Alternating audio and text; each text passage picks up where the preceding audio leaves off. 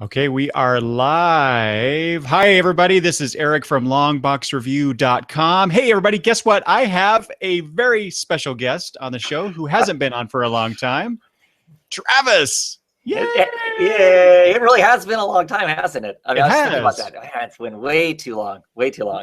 You know, there was that time where I said the thing and you got mad at me and we haven't talked in forever. No, just kidding.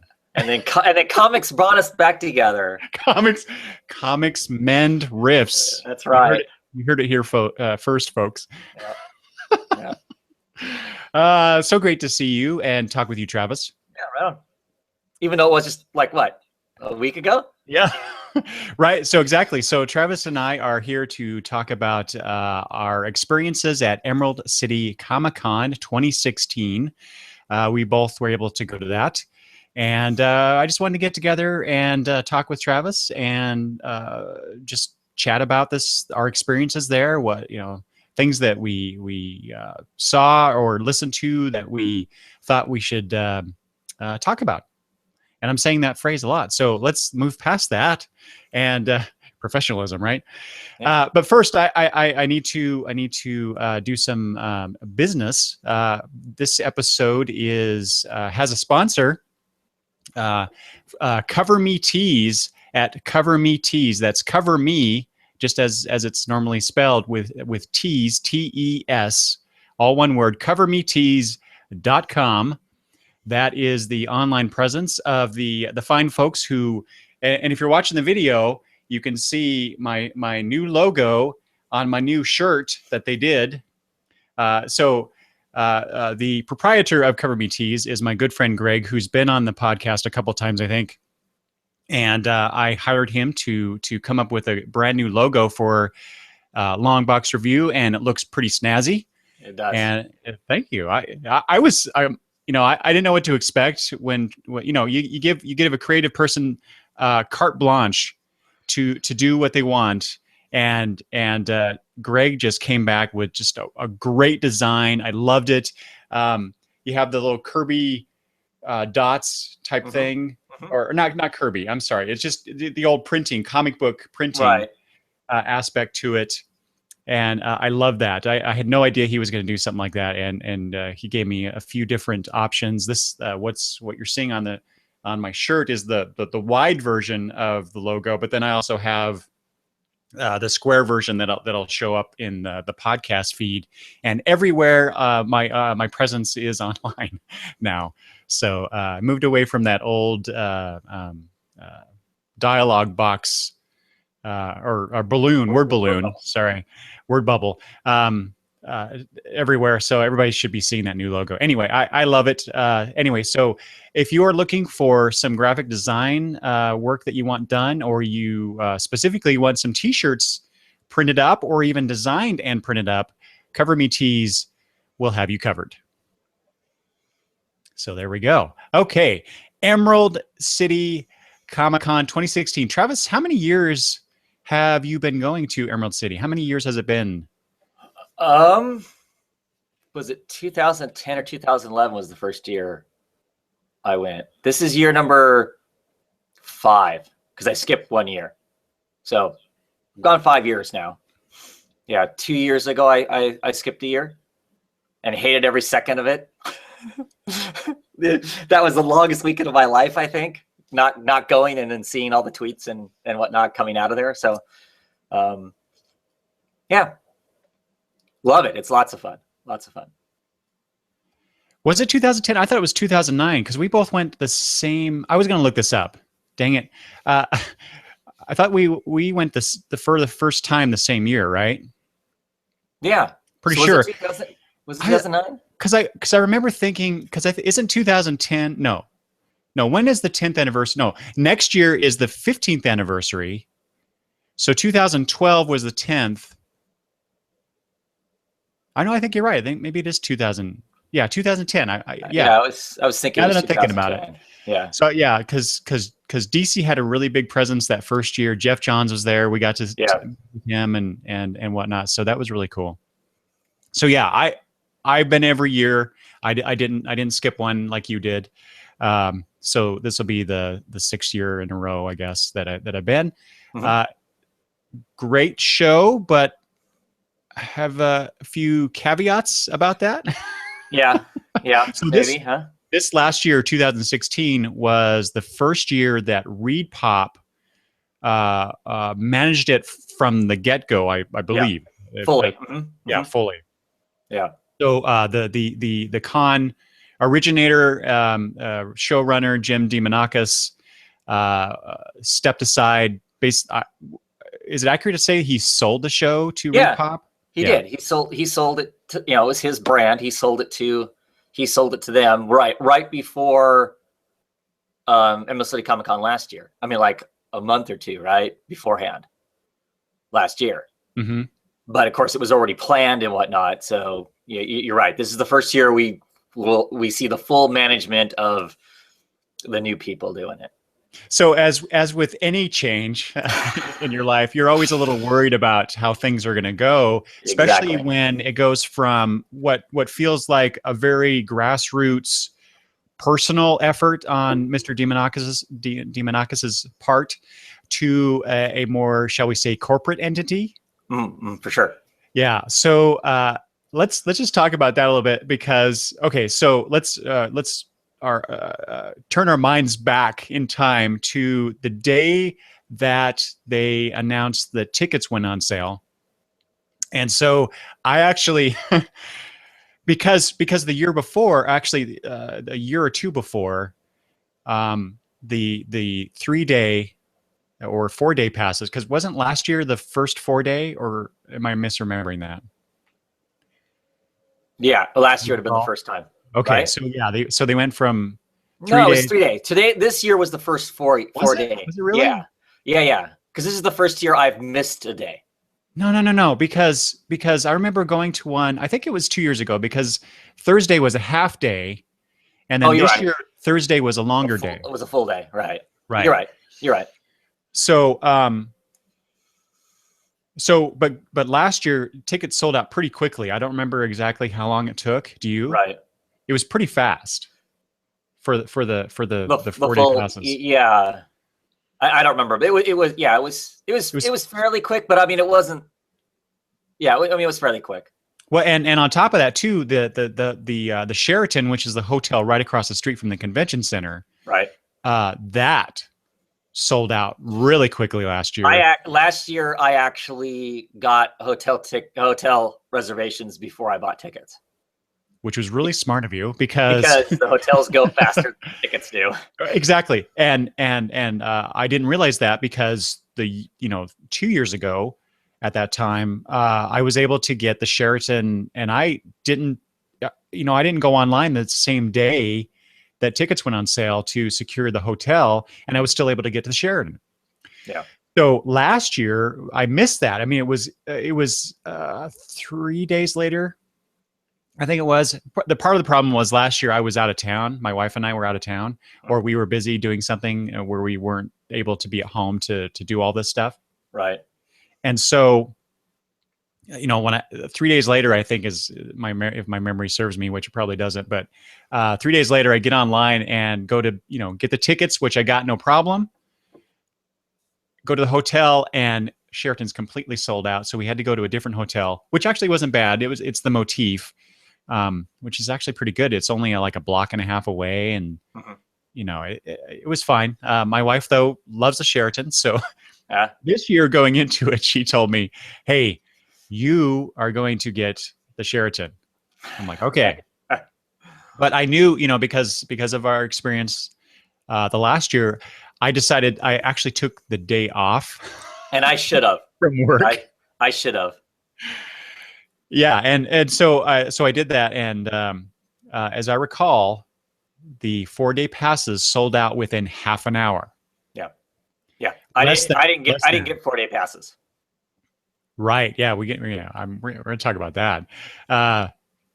So I get the 4-day passes, and I got the Sheraton, but because I got the Sheraton, but because we take our kids, our granddaughters to the show with us, what they were selling for for the 4 days that I wanted didn't appear to me. I think it was just one bed, one king size bed. I could not get 2 beds. Mm-hmm. So I was a little concerned about that. That all turned out in the end okay, but even after it was like a week later or more where we actually changed. So we actually did have to stay at the Motif on for Thursday, mm-hmm.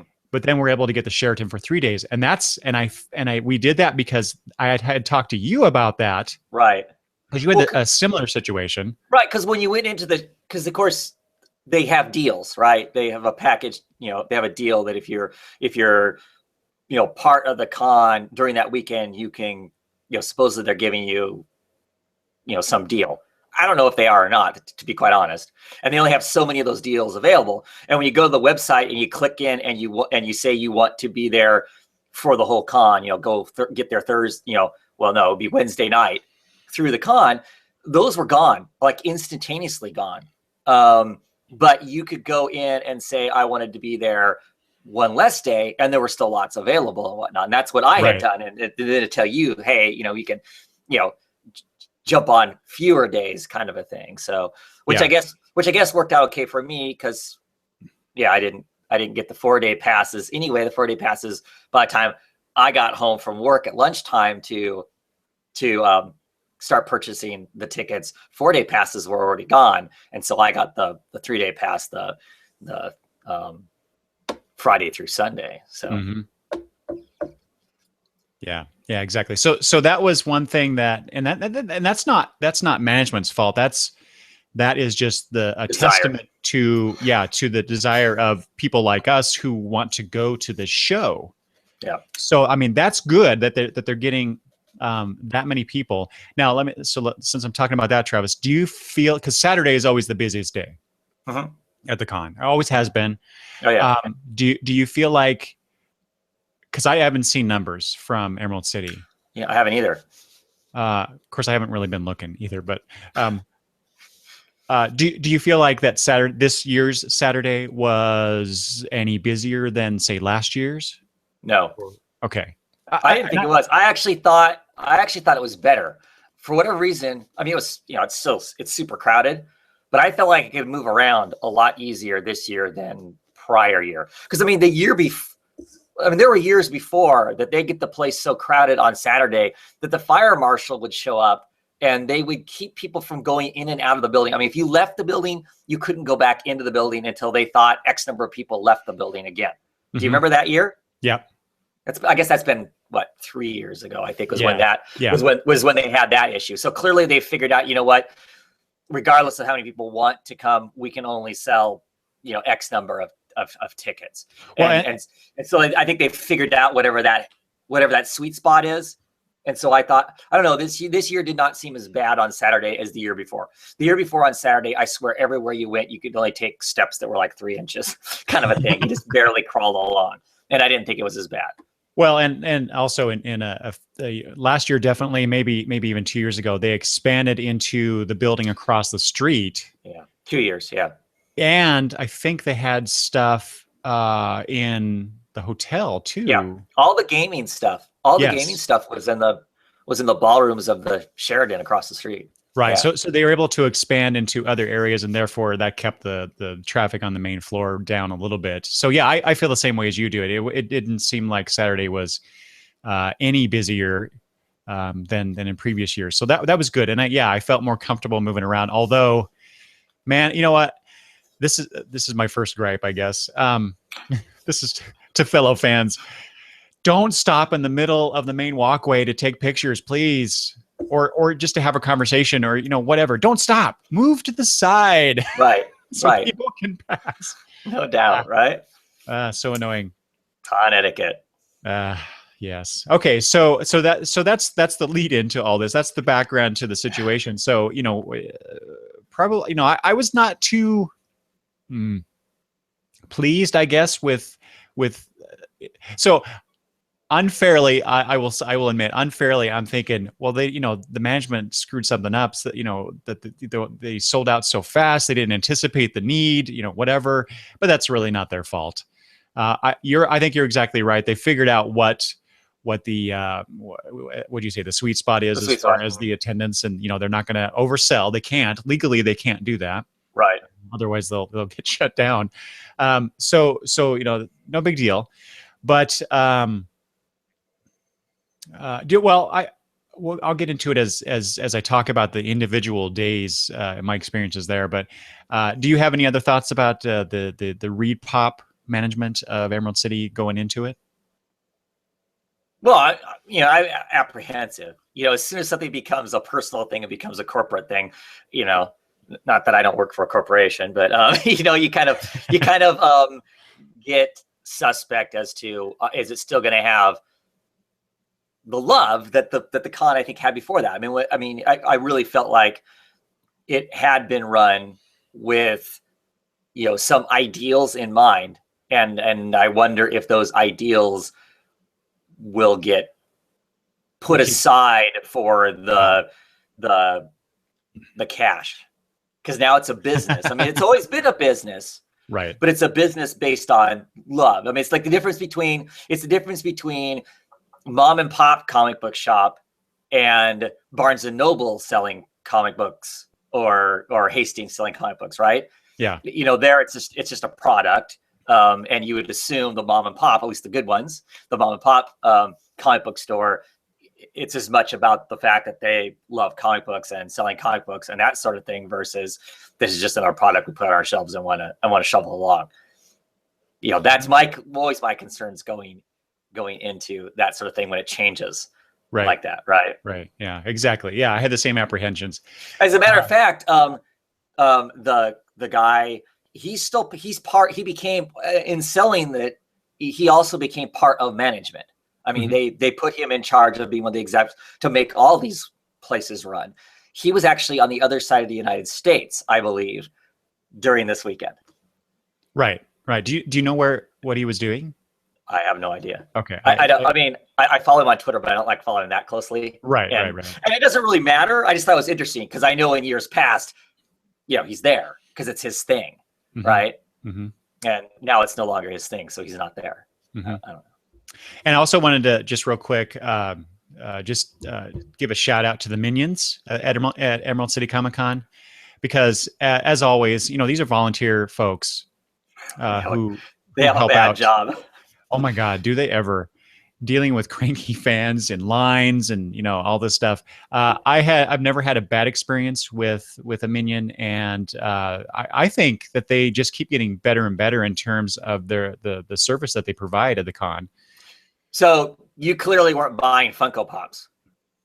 No, because if you were part of that whole thing, you would have a different opinion. Oh, okay. Just saying. I personally wasn't buying Funko Pops. Friends of mine were, and so I kind of milled around that area to talk with them and whatnot. And I won't get into it too much because for me it's a secondhand kind of experience. But they handled, because Funko Pop had a bunch of exclusives there at Emerald City Comicon, which of course makes everybody want to run out and get them. Their choices every day of the con as to how they were going to handle that were kind of piss poor. So so the first couple days, they kind of let the Funko Pop line, which is clear at the very back of the con, basically to go through the entire con floor to get to it. The first day, Friday anyway. Thursday the line closed 3 minutes after the doors opened. Oh my gosh! They cut it off and said, anybody else who came, sorry, go away. Wow. Friday, the line was closed before the con opened. So Friday morning, they must have opened the doors a few minutes before 10. And the line was actually closed before 10 o'clock. I had friends standing in line and they were farther back in the line. And they actually told them to go away, that the line was closed, that they were going to sell as many as they were going to sell that day already. And that was literally before 10 o'clock, before the con opened up. Same thing happened on Saturday. On Sunday, they kind of hunted and pecked through the early lineup as to who they were going to let get in line. And then after people were in line, they started pulling people. And it was not the Funko people, it was the Minions were pulling people out of line and telling them they couldn't be in line. Well, the problem was, if you're an exhibitor, right? If you're an artist or an exhibitor, you get into the con beforehand, right? Set up your stuff and whatever. You've got a pass to be there beforehand. The first days of the con, the exhibitors lined up to buy everything. And so that's what happened every day. Instead of the fans getting first shot, the people who are already in the con floor were lining up. So you literally had people who were selling Funko Pops on the other side of the con were lining up first to buy the exclusives. I mean, and the exclusives, some of the exclusives of the Funko Pop stuff were already on eBay pre-sale for $300 for a $15 Funko Pop. God, what? Yeah. So clearly, if you're just a fan, not wanting to sell it, but you're just wanting one because it's what you want that Green Goblin, that exclusive Green Goblin or whatever. Sorry, almost every day it did not go to fans. It went to, the speculators and the people who are running the other exhibits, so they could put them on their wall of Funko Pops. Because there were a couple places that were selling, Funko Pops, so they were just going over and buying them early and then selling them at their own places. Well, I would say more than a couple, because that was one of my observations about the show in general, was that, the Funko Pops have always been there ever since we've started going to Emerald City Comicon, but Right. It was usually like one place. It started out, as far as I remember, one place. Funko, yeah. And now, and not only do you have all the vendors selling a bunch of these Funko Pops, but you actually had the company there. Right. I don't recall seeing them there last year. Maybe I just missed it. Yeah. I don't think they were there last year. I mean, I think there were some exclusive Funko Pops, but not the company there selling a bunch of them. Not the presents. Yeah, right. So wow, that's incredible. So let me go back to what you said earlier about the Minions. So were the Minions pulling? Who were they pulling out? Were they pulling out of the line? On Sunday, they were pulling people out that they were suspect were the continued exhibitors. Okay. Is what they were trying to pull out. But there's no identification, right? As an exhibitor, if you have your exhibitor badge. But if you go and buy a regular badge too, and you're standing there with your regular badge, how do they argue the point? And so they were just kind of going through and one person I know, they recognition. They pulled her out of line because she was there so early. I mean, she actually had a VIP pass. She ended up going and buying a VIP pass because she wanted to get in early enough to try and get one of the exclusive things. Oh no!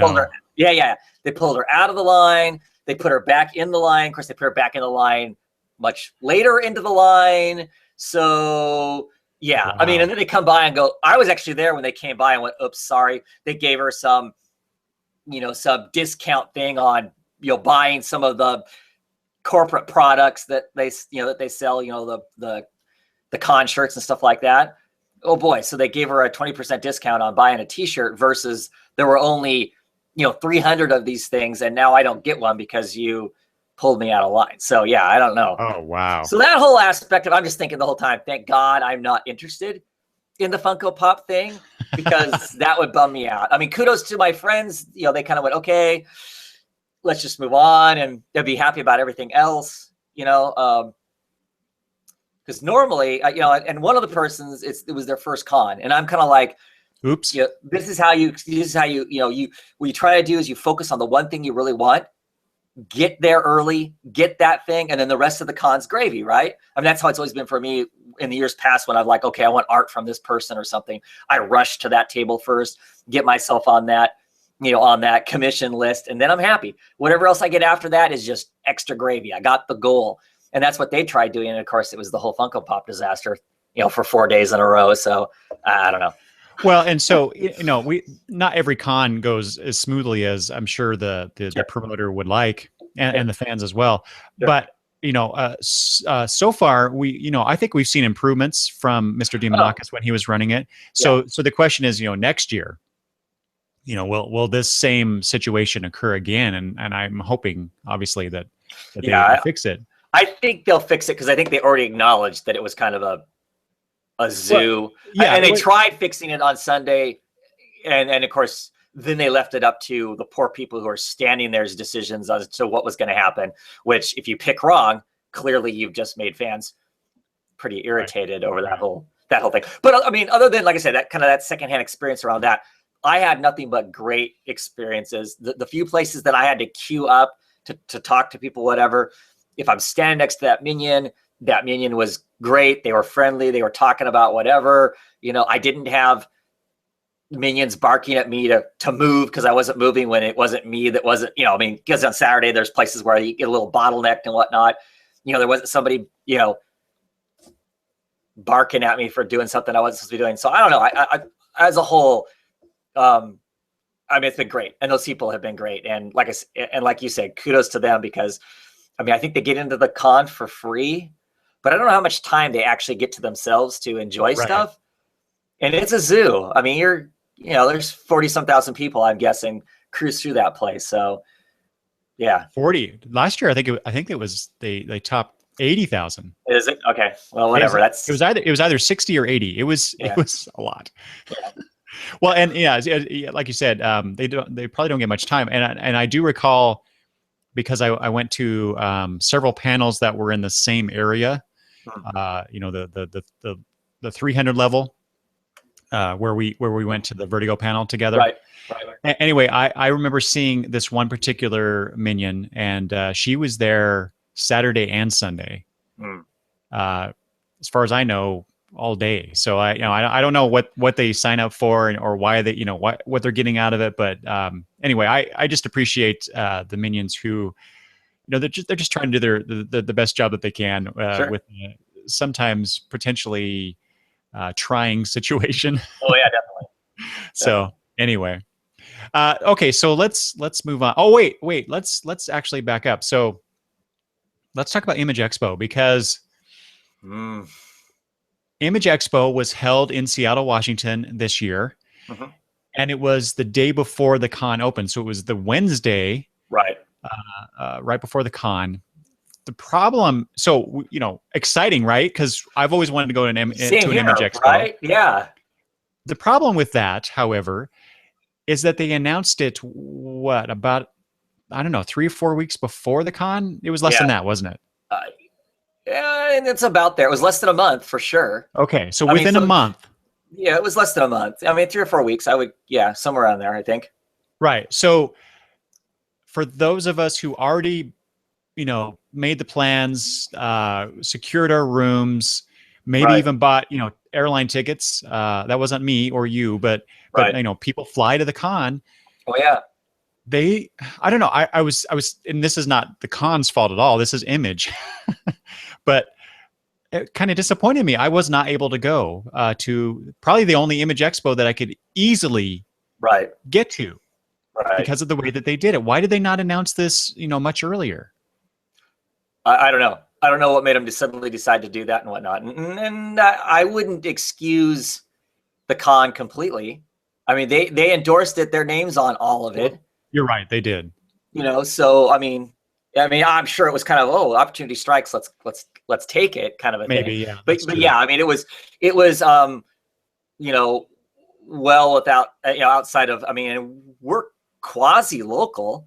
We're a 5-6 hour drive from there, so that makes us a lot more local than the people who are truly traveling from out of town, and that it still made that impossible. The only people who really would get to go to that would be mostly, I would guess, local people, right? Because you'd have to change plane tickets, you'd have to change, you'd get extra hotel. I couldn't work it out. I tried. I tried. I figured, well, I'll just, I don't know, wander the streets on Thursday, because I didn't have con tickets for Thursday, but still to go to that Wednesday, because that's an all-day thing. Besides just the announcements that we see on the internet, it's an all-day thing. They have, basically panels that go on all day long, and then they had a big ball at the end of the day if you really wanted to continue to rub elbows with the creators and whatnot. Yeah, I'm bummed about that. I'm bummed that I didn't that didn't work out. And the biggest gripe is the fact is there wasn't enough time to make a plan. And it seems to me like all the other Image Expos, I've known about them way in advance, I thought, but maybe not. Maybe it felt like a long time because, of course, I wasn't going to what else was going on around it, so therefore I wasn't planning anything. So it seemed like when they announced they were going to have the announcements, it seemed like a long time. I don't know. I'd have to actually, I guess, do internet searches to see how realistic that is between when I heard about it and when it happened. It just felt very, very short, very like, who's going to get to go to that, kind of thing. So yeah, very jealous Very jealous. Yeah, exactly. So, Travis, you want to talk? Let's talk a little bit about some of the announcements, because there's a lot of stuff. I don't remember the number of things, projects that were talked about, and not all of them I'm interested in. But I wanted to just briefly mention some of the things that I am interested in. Sure. But I also noticed too, and I think I saw you tweeting about this, wondering when these books will actually come out. Right. Because according to this article I'm looking at on CBR, the majority of these, the vast majority of these, are saying, well, okay, a few are saying summer 2016. Most of them are saying fall 2016. There's a couple that I saw that say December 2016, and one that is saying spring of next year. Yeah. So a lot of these are coming out. Well, potentially summer is only a few months away as we record this, so maybe they could be out when they say. But as we all know, that you can make these announcements, but whether or not they actually come out at that time, and that seems to be. The word issue comes to mind, but that's not the right word. But that seems to be just kind of the norm, I guess. Yeah, it definitely is. Whenever Image Expo happens and they make these announcements, it seems like the number of comics that actually come out when they anticipate them coming out are fewer anyway. Right. It seems to me like there are a few creators, if they say my book's coming out this time, unless something traumatic happens to one of the people who's producing the book, we're going to see it. I can't remember off the top of my head when the Brubaker Phillips book, when they've said it's coming out. I would bet paychecks that their book's going to come out when they say it's going to come out, unless something like I said, something traumatic happens to one of those creators, because and maybe this isn't the word to use, they're really professional, and I know because then I'm implying that those other people aren't. But I think they have an understanding of what deadlines mean, and they know us as fans want to have some sort of understanding of when something's being produced, when it's coming out, when it's not coming out, that sort of stuff. So we're not kind of left hanging and wondering what's going on. And so we get those books in a timely fashion. It's just like the last bunch when they were announced and whatnot. There are just certain creators, Rutka, for instance, generally is not going to say this is something's coming out in a certain time unless he knows that's really when it's going to come out. And he gets upset when it doesn't, if something falls apart. He's had some announcements in the past that have kind of gone south, and it upsets him so he doesn't want to be, stuck in that kind of a position. Whereas some of this stuff, I mean, hell, there's more than half of the books that were announced at the last Image Expo have not been released yet. Oh, really? Yeah. Huh. So no wonder you made that comment. Yes. Yes. I mean, so there's definitely a difference between announcing, hey, this is some cool stuff we think we're going to do, and realistically whether or not that's going to come out and whatnot. They are two totally separate, kind of things. And I think some of them we may never see. Whatever happens along the way, because of the the way image books are and how you're paid and stuff like that. I mean, these people, those are paychecks they don't collect until after the fact, where some of these, working for, corporate comics, you're getting paid up front or while it's happening instead of after the fact. And so I'm sure you have to pay bills. And so these kind of projects, which are personal projects to some degree, get set to the side, right?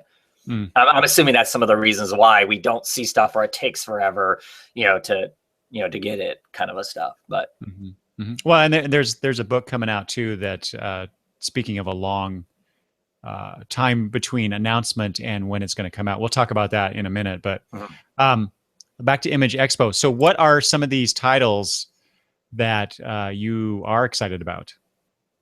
Well, of course, what the heck's it called? The Brubaker and Phillips book. I don't know. That's Kill or Be Killed. Kill or Be Killed. Looking forward to that, solely based on the people who are producing it. Yes, I saw that. I saw that they were doing a new book, and I don't care what it's about. Right. I don't even think I read the description, because it's Brubaker and Phillips and Right. Elizabeth Breitweiser doing colors. Right. I will buy anything that Yep. team puts out. I don't care what it is. Yeah. Same here. Basically, the only thing I know about it, really, to tell you the truth, is that it is it's going to be a long-term ongoing book.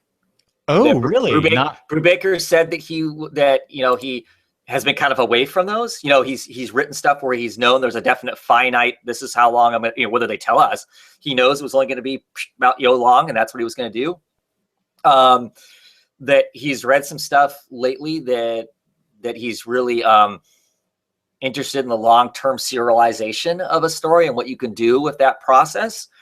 And so he wants this to be that, is what it sounded to me like. Oh, excellent. Because yeah, that's one of the things that I actually don't like is too strong of a phrase about the Brubaker Phillips series is that they last a couple of years and that's it. Right. Well, and I don't know. Part of me likes the never knowing. I don't know if you're like me. If I know something is 6 issues or it's 12 issues or whatever, you can see the plotting going on, I guess. And in my head, I'm like, okay, we're at about the middle. We're getting to the whatever. I know we're on the downswing. Do you know what I mean? It has to close up here, so you can speculate this is what's going to happen. I don't know. To me, it pulls me somewhat out of the story once I know that it's finite. It kind of, whereas if I don't know how long it's going to be, it's just so then it's a mystery of what we're exploring and whatnot. So right, but for me, and I agree with you, but for me, it's like if it appears open-ended, then I start seeing where they could go off on this particular path and explore this side or this side of the story, and then come back into the main story, and they could branch out all different ways, and then it's over. And I wanted all those other stories involved in that world. Right. So it's kind of disappointing, but at the same time, it's Brubaker and Phillips, so it's excellent work. Right, it's tight. It's still it does everything it's supposed to do and whatnot. So yeah, we're ridiculous for complaining. I know, right?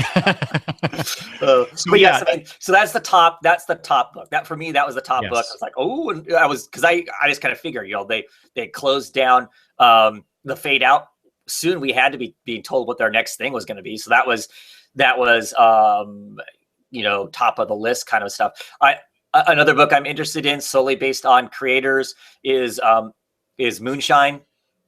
That's a Brian Arezzo and Eduardo Rizzo book. I like them together. What I've read of Stray Bullets, I've liked. And I've liked anything else that they've produced together, Spaceman and stuff like that. So them doing a Image book, I'm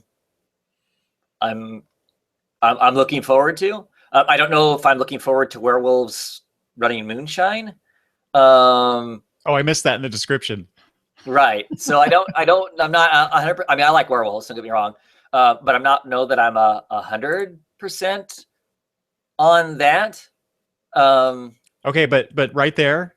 So this book was a maybe to me until you just said the werewolves. Now I'm more interested. Yeah. Yeah. Yeah. So that's a book that definitely, what was the Hickman book? Yes. Black Monday Murders. Yes.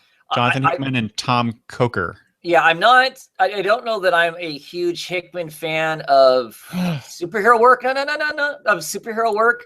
But I've really enjoyed the heck out of his his indie work.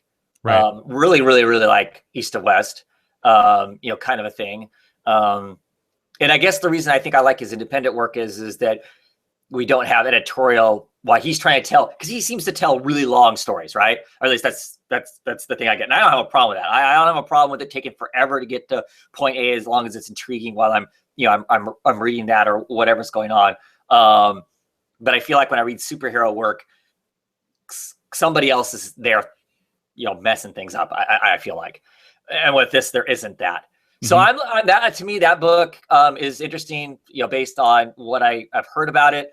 The fact that it's got, it's, the stock market, and there's, some occult stuff going on in it.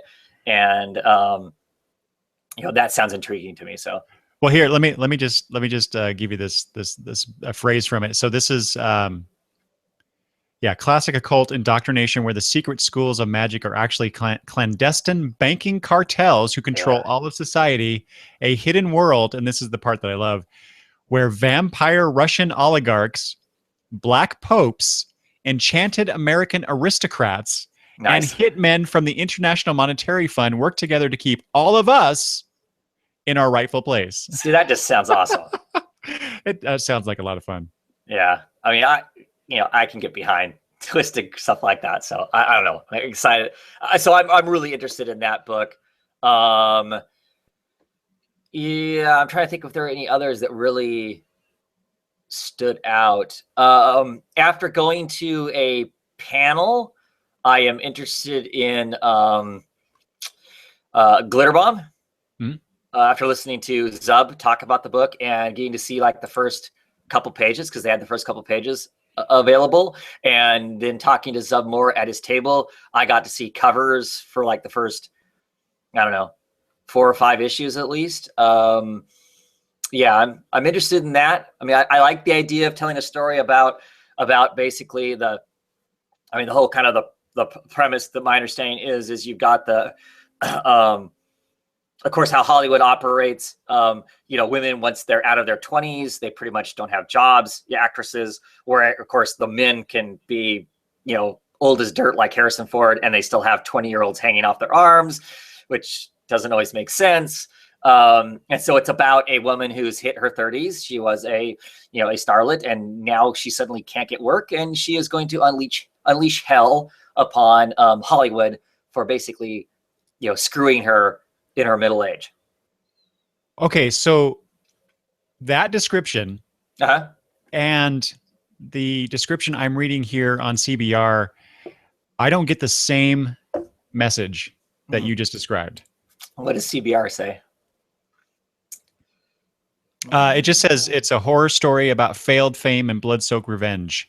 Oh, well, I tell you, in one of the pages that she shows, she's sitting and she's talking to her agent, the main character, and the agent is firing her. Basically, I don't want to represent you anymore because you're old and useless, so there's no point in me keeping you around, kind of thing. And she opens her mouth, and probably a 14-foot tongue launches out of her mouth and drives a hole through the guy's head, and basically just so it's this shot of this tongue launching through and blasting out the back of her head, and I'm like, oh, that's wild. So yeah, I mean, I don't think the text that CBR has does justice for what's going on. And this is one of those cases where I don't know that I would have been interested in it if all I got to read was the CBR thing. But getting to sit on a panel and listen to him talk about, pitching it forward, and then going to his table and talking to him more about it, I'm there. I'm hooked. I'm interested to see what it has to do with. Because if that's the solicitation text, that doesn't do anything for me. No. And to your point about listening to or interacting with the creators, you and I were discussing this before we went live on air. That's happened to me a few times going to the cons, sitting in those panels, talking with the creators, and hearing them talk very passionately about these books that they're coming out with, even the DC and Marvel stuff. For example, I was in the DC All Access panel, and we'll talk about that more in depth in a bit. But Steve, or maybe it was, I think it was Steve Orlando was there, and he's the writer for the new Supergirl comic, post Rebirth. And he's okay. He's an okay writer to me. I've never been real excited about anything that he does. So you don't read Midnighter, huh? No. Shame. Unless Grayson shows up in it, then shame. I love that book. Yeah, well, I know a lot of people are think very fondly of that book, and what Orlando's doing in it. But like I said, he's not a writer that has set my comic reading world on fire. But listening to him talk about his excitement for and his plans for the Supergirl book makes me interested in it now, whereas before I really wasn't. So there's a lot to be said about the creators getting out there and talking to the fans about their stuff. not just in cons and interviews like this. I don't know, just the, with social media, I guess, it's very uh, uh, it's prolific out there, right? That they have a lot of avenues Right. to sell their wares, but I don't know. I guess my point is uh, being there in person, listening to them, watching them as they talk about this stuff, really makes a big difference in many cases. Yeah, for sure. For sure it does. Well, the difference between a solicitation text written by, potentially by an editor, in the case of the big two, it's an editor. It's not even the creators that are pitching it. It's somebody else secondhand pitching it. I think versus definitely a face-to-face conversation with the people who are actually doing it. And if they're excited about doing it, which I hope most of these people are. I hope most of these people are. It's not. It's a job. I mean, I know there are some people who are working on some books where it's the job. They asked me to do it. I'm doing it because it's a paycheck. Yeah, I think it's pretty easy for it to be contagious, to be excited about it if they're excited about it. Mm-hmm. Exactly. Or they tell you something in a way that, of course, what you've seen in other places isn't there. I bought books at this con that I had zero interest in buying because of the way I had seen solicitation text for it. Like, that doesn't really interest me. Cool that other people dig it. I don't, whatever. And then encountering the creators, and the creators talk about it in a completely different way than what the solicitation text. And I'm suddenly lining up going, yeah, how many of these can I buy? Kind of a thing. So, yeah. Word of mouth definitely is one of the best ways to sell a product, right?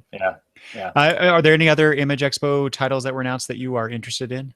Well, speaking of talking with creators and getting excited about stuff, of course, the team that's on the Bernstein Batgirl, as they like to call it, of Brendan Fletcher, Cameron Stewart, and Babs Tarr, of course, announced a book at Image Expo that they're doing together called Motor Crush. And I'm like, I don't know. I mean, I've been reading the Batgirl.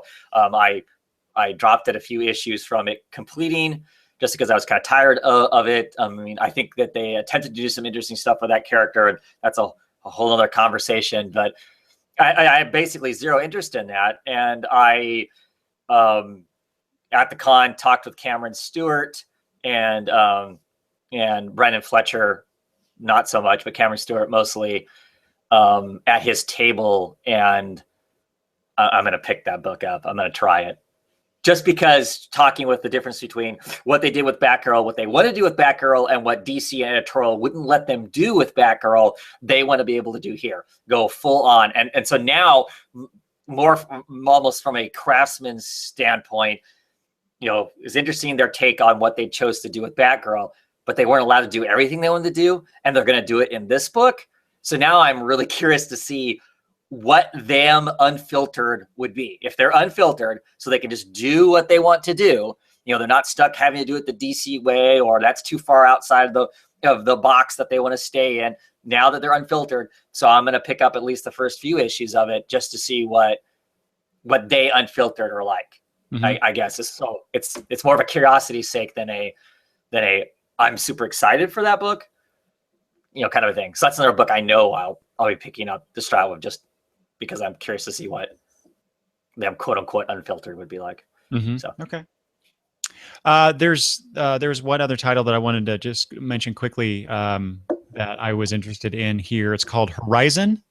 This is written by Brandon Thomas with art by Juan Gideon and colorist Frank Martin. So this is a science fiction-y tale. Basically, the Earth is all used up, and we go out to another planet, and basically to live there and use up that planet's resources. But then the person who lives on that there's a character that lives on that planet. Let's see here. That person comes to Earth to make sure we finally take some responsibility for our actions. So that just the kind of interplanetary political aspect of it intrigues me. Plus, I've been really into more science fiction-y works lately. I just finished reading Venus I think it was from Boom Studios. About people Earth people going to Venus to colonize, because same thing, Earth is getting used up and we got to find another place, another home, essentially. This intrigues me. And there's a few others that were on my maybes. There was one called Prima, which yeah, it's involves spies, and I love spy stories. So that kicked me in the brain. And then there was this thing called Prince of Cats, which, and the only reason I mention it is because apparently it was a Vertigo title a couple years ago, and now they're bringing it to Image. Really? I don't recall ever hearing about this title. So anyway, it looked interesting. In 2012, that wasn't that long ago. Right. Yeah, critical acclaim. First release from Vertigo to critical acclaim in summer 2012. I really don't remember this book. So anyway, it's coming. But the description here, Prince of Cats, is, this is what got me. Rosencrantz and Guildenstern are dead meets the Warriors meets Sword of Doom. Right. That's crazy sounding, doesn't it? Yeah. You got me at Rosencrantz and Guildenstern are dead. So, yeah. And I know you're not necessarily a fan, but Rick Remender, of course, has another Image book coming out, which I will pick up because I've really enjoyed all of his Image books so far. So until one fails, I'll pick that up. That 7 to an Eternity, and I have no idea what it's about. I just figure I'll pick it up because it's a Remender book. I have to say the title intrigues me, and the image here with the characters and this alien-looking creature on it looks pretty cool. It's kind of evocative of Westerns. Yeah, right. Yeah. So I am curious, and it's the description. Yeah, the description is kind of vague, but it's about a dying knight from a disgraced house on a mission to rid his world of an insidious god who ensnared him in a Faustian deal. I mean, how? Doesn't say a lot. No. But yeah, it looks interesting. So yeah. I'll let you read it, and then you can let me know that I missed out, and I'll buy the trade. Sure. Okay. Anything else, Image Expo? So otherwise, let's move on to actually talking about the Emerald City Comicon. Right on. Okay, so the first day of the con was Thursday. It's a 4-day con now, and I know you weren't able to get there. Which I didn't know at the time. I was there. I was sitting in my hotel room going, God, I wish I was at that. And then when you started announcing stuff, and then I was really wishing I was there. So yeah. So okay, so yeah, Thursday I get there. We actually drive out Thursday morning, and get there about 1:30. The con opens up at 2. So we were actually in the queue in that big mass area, but not for very long. And so that was nice. And so we get in there, and the first thing, so my goal this year, as it usually is, was to buy as many back issues as I could. And so that's the first thing, because usually, in years past, we've gone to the merch booth to get the exclusive Emerald City Comic-Con stuff. And, they that's one thing I did like. Well, they've done this in years past, but, they announced those things well in advance. You could even pre-order them. Right. I think this is the first year you could do that, but I was not interested in any of that stuff. So usually we do that, and then we go off and look around a bit, and then I do some shopping. This year, we decided I was going to do the shopping first. So as soon as the doors opened, I went to the vendor, Randy's Readers Comics, which is the guy who sells the really cheap books at his booth. And I will be honest, Travis, because I had told you about this guy specifically because you said you were going to do some more shopping for comics this year. Yep. So I wanted to make sure that you were able to go to this guy and find some cheap back issues for the stuff you're looking for. Mm-hmm. However, you bought me out. I did not want you to buy my comics. You bought me out, you bastard. So I immediately went to Randy's and was looking through a bunch of stuff and bought a huge stack of books. It's probably like that many, not kidding. Left. But this is before, I did not know you were not at the con that day until that night. So so I bought these comics, and then went back several times over the weekend. That's hilarious. So I'm really curious what you got as far as Brave and the Bold, because there were a Right. few things that I missed, and maybe you got them. So we'll have to talk about that sometime. Cool. Let's see. So did that, and then I think it was about 4 o'clock, if I remember correctly, the DC Entertainment All Access panel was held on Thursday, which struck me as weird because it's a pretty major panel for a major company, and they had it the first day late in the afternoon. Yeah. Of the con. Right. Really on a Thursday, the day that not nearly as many people are showing up to, right? Yeah, exactly. So, but of course I was going to be there. I tried to go to as many publisher panels as I could, which actually ended up not being that many. No. Unfortunately, partly because when I got there, the panel was full. Even the smaller publisher panels were full, which weird to me, but good. I mean, it's cool that people are going, but and this was me trying to get there like half an hour early. Right. So I made sure, and I this occurred last year when I tried to get into the Image panel and a Marvel panel for that matter. I got there 15, 20 minutes early and the panel was already full. So I decided, okay, this year I'm going to get there at least 30 minutes early, if not 45 minutes early, which, that's time away from the con, the main floor of the con and shopping and stuff. It's like, oh man, which do I choose? It becomes a matter of deciding what you're going to miss out on if you want to go to these panels, because you have to get there early, and not even to mention the celebrity panels, in the main halls. Like, oh my God. Because that was one of the draws for me this year. I know the celebrity stuff isn't all that you're not all that keen on it. Nope. But Nathan Fillion finally came to Emerald City Comicon. And by the way, anybody who's listening to this, you are welcome. I take credit for that because every year I've been going to the con and we get those, we want your feedback, and they say, well, who would you like to see come to Emerald City Comicon? And every year I have put Nathan Fillion. So you are welcome, internet. Anyway, so that was, I'll talk about that later. Anyway, so I go to the DC Entertainment All Access panel, and they made some interesting announcements. Like the best announcement of the year. It was Christmas for me. So that's right. So even though you weren't there, why don't you go ahead and talk about that thing?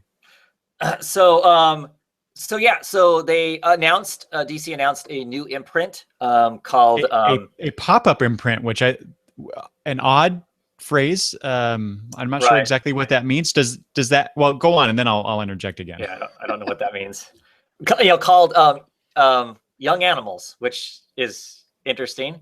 It occurred to me after the fact that Young Animals, if you take the first letter of both things, does that mean that it's a young adult publishing or whatnot?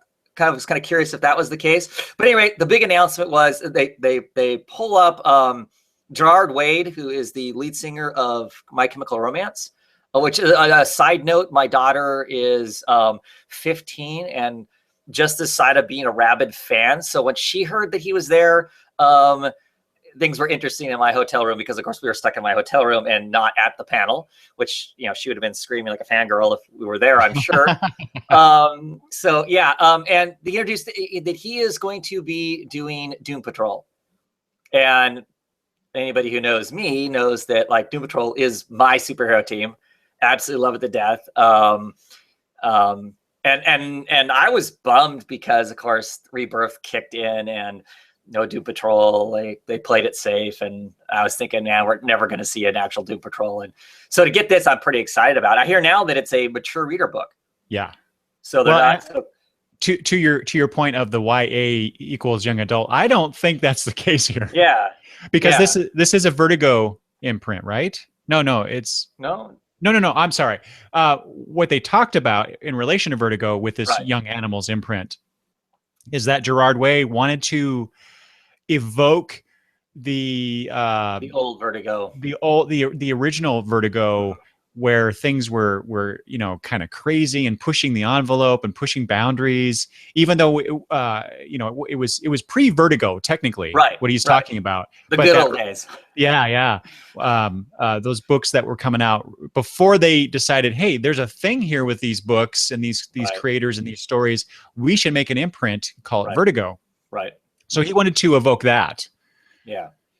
So yeah, Doom Patrol. Right. Super excited about that. And then they're also doing Shade the Changing Girl as opposed to Shade the Changing Man. I'll be all over that because that's another of those books I absolutely loved. Because of course that was we were collecting comics back then, and I was collecting all of those titles before they became what was Vertigo. I mean, I was on that edge of, oh my God, look at all this crazy stuff that's coming out that's next to my superhero comics that aren't superhero comics, clearly. And so, yeah, excited for that. What was the other one? The other two one was, oh, I can't remember the name. It's the one that's set in Gotham is. Okay. Mother Panic, which I know nothing about whatsoever. So that's co-written by Gerard Way and Jody Houser with Tommy Lee Edwards on the art. Oh, and just jump back to Doom Patrol real quick. Nick Darrington is on the art of that one. Yep. And Shade the Changing Girl is written by Cecil Castellucci with Becky Cloonan on the art. And okay, what? Yeah. So wait. Becky Cloonan is actually doing the art? Seriously? I believe so. She's doing the covers. Oh, she's not doing the interiors. Okay. Because I would completely lose my mind if she was doing the interiors. Because I love Becky Cloonan. She's just doing the covers. She's not doing the interiors. Okay, I probably missed that then. Yeah, I don't know. I'm gonna look that up as you're talking. But Mother Panic. So that's set in Gotham. Yeah. Right. And so Mother Panic is going to be this new character who's going after the elite of Gotham, and the way that Gerard Way described that book was this is more of a mature reader's title set in the Batman universe. So that's interesting. Yeah, right. And then the last one is what? It's Cave. Oh, I love this title. Yeah, Cave Carson has a cybernetic eye. Yeah. No clue what that's about either. So Cave Carson is a very old DC character. Right. He's a spelunker, and that's people would read about his adventures spelunking, I guess. But apparently, and I didn't even know this, he has a cybernetic eye. And so Gerard wanted to explore this aspect of Cave Carson. Nice. I don't know anything else about it, but this is also, it's co-written by Way and John Rivera. Oh gosh, I can't read my writing. Nope, I have no idea what I wrote there. Anyway, but shoot, I apologize to the artist or to the co-writer, but the artist is Michael Avon Emming. All right. So that's cool. Yeah. Yeah. So what was the response? What was the response there at the to him popping up and them announcing this craziness? I know Gerard Way because I know he's associated with comics in some way. I couldn't tell you what title he's Umbrella Academy. Okay, so that's been a while though. Well, right? New one's coming. Yeah, quite a while, but a new one's coming out here pretty soon. Okay, so yeah, that's Dark Horse. In the back of my head, they announced Gerard Way, and everybody's going crazy, and I'm like, yeah, what? And then they announce, they say in the introduction, he's I can't remember who was doing the announcement, if it was DiDio or Lee, I can't remember who. Anyway, said that a former DC intern and lead singer of My Chemical Romance. I'm like, oh, that's why. Yeah. Or maybe that's why. I don't know. But yeah, what was your question? I was just curious what the response was there at the thing. Yeah, well, so you mean aside from just, Gerard Way's here and he's doing this this pop-up imprint. Mm-hmm. Well, yeah, I think a lot of, just like I was like, what are they doing? What? Yeah, yeah. And then they start talking about the early Vertigo feel, and he names off the titles and Doom Patrol. I'm like, oh my god, Travis is gonna love this. Yeah, heck yeah. And then like you said, Shade the Changing Girl, and that's just like you. I enjoyed that original Shade the Changing Man. Mm-hmm. Cave Carson's never been a character but just the whole craziness of the cybernetic eye, and then this idea of a mature Gotham setting Gotham titles. Like, wow, they're really doing something interesting here, or from the sound of it anyway. So that it was really cool. The for me, the vibe in the room was wow, this is really cool. This excitement, just the excitement of it. It was just really cool to be in that room when they were talking about all this stuff. Well, because I had heard rumors that supposedly Doom Patrol was coming back, but I had heard that it was going to be announced at the Vertigo panel. So of course I was going to make sure the next day that I made it to the Vertigo panel, because that's where I thought it was going to be announced at. That was going to be announced through Vertigo, because I assumed that they were just rumor had it that they were going to bring some of this stuff back to, they'd taken everything away from the Vertigo as far as the those kinds of books, they'd taken them away from Vertigo, that they were going to bring some of them back to Vertigo. And so that's what I had heard. So I was surprised to hear then that they were doing a different imprint and whatnot. And but cool to be in a room where they're announcing some big craziness like that, because of course they did all the announcing like the week before at WonderCon, the whole Rebirth thing.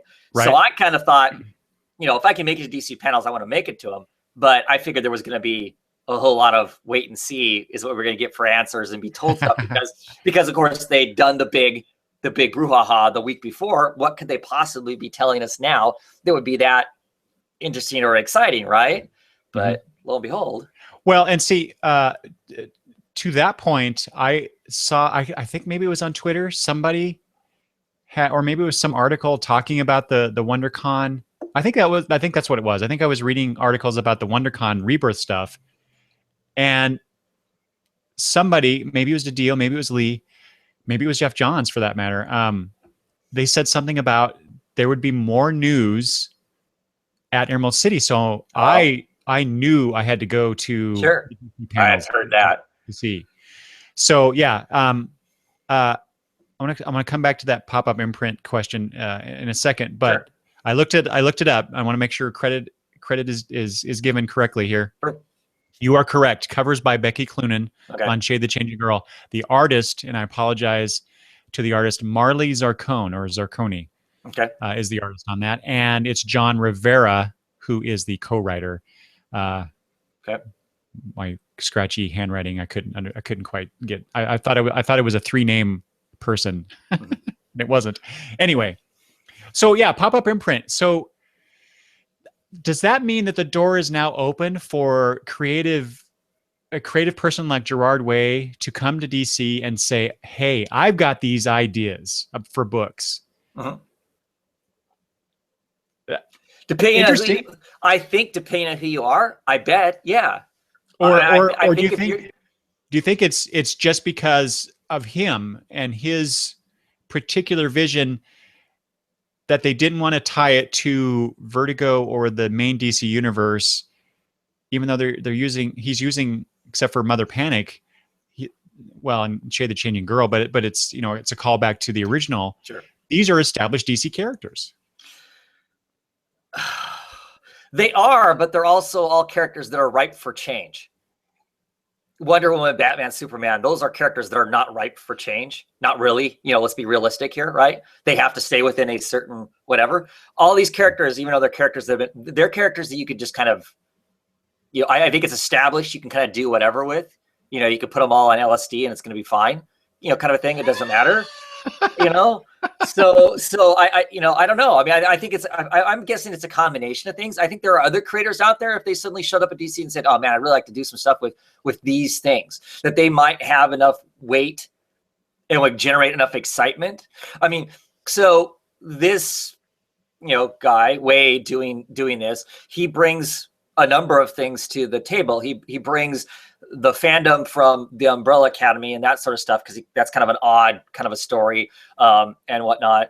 And he also brings pop culture with him in a sense, because I would be willing to bet that my daughter will be bugging the crap out of me about when those books are coming out. And for her, it's a matter of she's going to read it because of the person who's the personality who's writing the stuff is what's going to matter to her. So you have an audience that's going to show up based on that. I think it's the same way. I think there are other creators out there, whether they be in comics or otherwise, that if they showed up and went, hey, we want to do this, if they can find a way to create a vision for them, that they'll use it. I mean, because I think DC is still looking for a way to get a better thumb on the pulse of youth, and I think is a way to do that. I mean, granted, My Chemical Romance has been gone for almost 10 years now. I mean, he has a solo career and is doing some stuff, but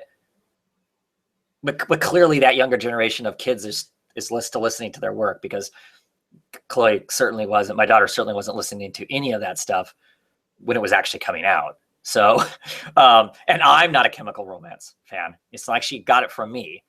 She got it from, her friends. So that, age group is still listening to that stuff. So I think there's something to be said for that. And I think that's why one of the reasons why DC is doing it also. It's a way for them to reboot characters that I think a lot of us have been clamoring about. Just like there's a contingent of people out there that are constantly going, bring us more Poison Ivy, bring us more Poison Ivy. There's a contingent of us out there who every chance we get, we'll drop Doom Patrol's name down wherever we possibly can in hopes to, to bring about that comic coming back in some form. So I don't know. I think, yes, I think if Grant Morrison suddenly showed up again and went, hey, I want to do some really weird stuff, create me an imprint, I think DC would figure out a way to create a pop-up imprint for Grant Morrison to do whatever he wanted to do, right? Yeah, I would hope so. Right. Can he do a multiversity imprint? No doubt, right?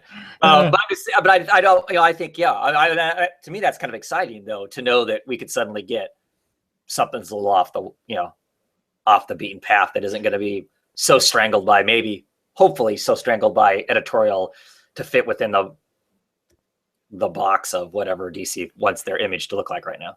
But why not just make it part of Vertigo?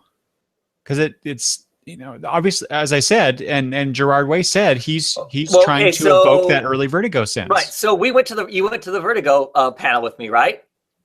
Right. We were both at the Vertigo panel, and people got up and asked the question, are you going to bring any of this stuff back to Vertigo? The Swamp Thing, the Hellblazer, the whatever. And what was Shelley Bond's response to that?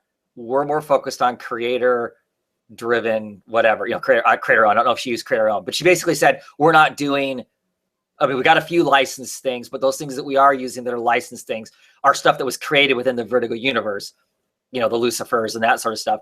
That's what we're going to focus on.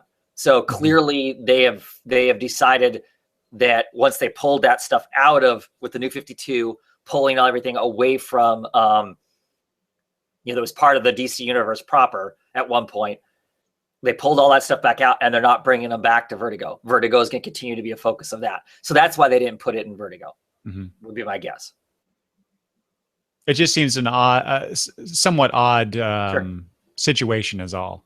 Not that I'm advocating that it should be part of Vertigo. It's just, and because I do kind of like what Shelley Bond was talking about in that Vertigo panel about the focus being on the creator vision driven work, as opposed to derivative stuff, the corporate characters, if you will. Right. So, but I mean, I guess this still begs the question. I mean, so Vertigo is an imprint of DC. Why wasn't Young Animals then an imprint of Vertigo, right? Yeah, I get what you're saying. Yeah, with that, it's interesting. I'm marketing. That's why. Well, yeah. Well, and okay. So here's my last thought on this. Like I said, I knew Gerard Way in a sense. I read some Umbrella Academy. I think thanks to you. I think you let me borrow the trades. But to me, the guy is, I don't know. I guess I don't get the excitement with his involvement with this? Just because his name isn't Rick Springfield or something, you know, he's writing comics. So, right? Hey, don't mess with my Rick. I'm just saying that that's part, but that's part of it, though. I think that's part of it. I mean, but and there are a lot of people who really liked Umbrella Academy, thought it was great, super excited for the next stuff to finally, at some point, hopefully come out. They've been clamoring for that. You know, there were people who really liked the, you know, True Lies, the Fabulous Killjoys. Okay. You know, so and so that's where some of that comes from. I mean, he has wanted to do comics for a long time. True Lies of the Fabulous Killjoy, of course, was a concept album before it was the comic book, but it was supposed to be a comic book first. Right. And he could never get the comic book off the ground at the time, so he cut a concept album with My Chemical Romance instead. And then, of course, this, you know, a couple of years ago, we then got the comic book based around the album. But originally it was supposed to be, I mean, he wrote it as a concept for a comic book first, and just couldn't get it, the details of it all worked out. So sure. But you know, from an outsider's and apparently disconnected from the greater popular culture person like myself, sure. This guy has written a couple comics. He gets his own imprint. What? That was kind of my reaction. Okay, I get it. Well, clearly he must. I mean, I'm assuming he came to DC and had more to sell than, you know, I'm, you know, this ex-pop singer, and you should give me 4 comic books to control. I mean, you know, clearly he must have something more than that. Yeah. You know, and whatever. I would be interesting to know more of the background as to who talked to who, how, and what, you know, how did they strike this deal and come to the decision to do the 4 books that they're doing. And my question is if these 4 books are successful, what else are we going to see? Because, you know, if they're successful, something else is going to show up, right? They're going to, you know, they'll milk it for what it's worth. Mm-hmm. So, and everybody better go out and buy Doom Patrol, so it's damn successful. Even if it's horrible, even if it's a horrible book, gotta go out and buy it. Well, I'm hoping that our comic book supplier, DCB Service, will provide us with a nice bundle for the Young Animals series. But yeah. I guess it depends on when they're being released. I mean, I haven't, to tell you the truth, I haven't looked up anything on those titles at all. Have they given an indication as to when those we might actually start seeing them? Okay, so I'm looking at the DC Comics website, and Doom Patrol starts in September. Shade, the Changing Girl, and Cave Carson Has a Cybernetic Eye. I will never get tired of saying that title. Those start in October, and then Mother Panic in November. So okay. I guess we won't get a nice bundle, except for maybe the 2. Well, that's too bad. Well, I understand why they wouldn't want to do them all at once. Well, right, because you have to make choices, right? Yeah. So there you go. I'm interested in all these, actually. Same here. Oh. Now I just got to figure out where the time and money comes from to read them. Yeah. Okay, so that was Thursday. Is there anything else you want to talk about as far as Thursday? Oh, we had dinner. We got together. Had a lovely dinner with our 2 families. Yep. And talked comics. That was actually, I have to admit, it was one of the highlights of that weekend for me. So same here. I always enjoy getting together, talking with you guys, and we talked about the Gerard Way announcement and stuff, and sure. I got schooled on My Chemical Romance from your daughter, and that was cool. Because she doesn't normally talk a whole lot to me, so it was really cool that she was interacting with me, and I talked with Ethan, and that was all really cool. And of course, your lovely wife. Yeah. I was told that me and you talked a whole bunch, and I'm like, I didn't think we talked that much. What do you mean? Travis, come on. I know. It just goes by really fast, I guess. So. It does. I know. Just like what we're doing right now, because we are I think we're over an hour in. Nice. we're only on the first day of our Comicon. All right, so maybe we should try and speed through the rest of it. One more thing. I forgot. Oh, shoot. One other announcement at that DC All Access panel was the Commandy Challenge Yeah. So you remember that old DC challenge that they did back in what was it, 1985? Yes, I'm that old too. Yes. Yeah, I actually bought that thing. Yeah. And so they're doing a similar thing with featuring the Commandy character. And I know you're a fan of Commandy, Yeah. right? Heck yeah.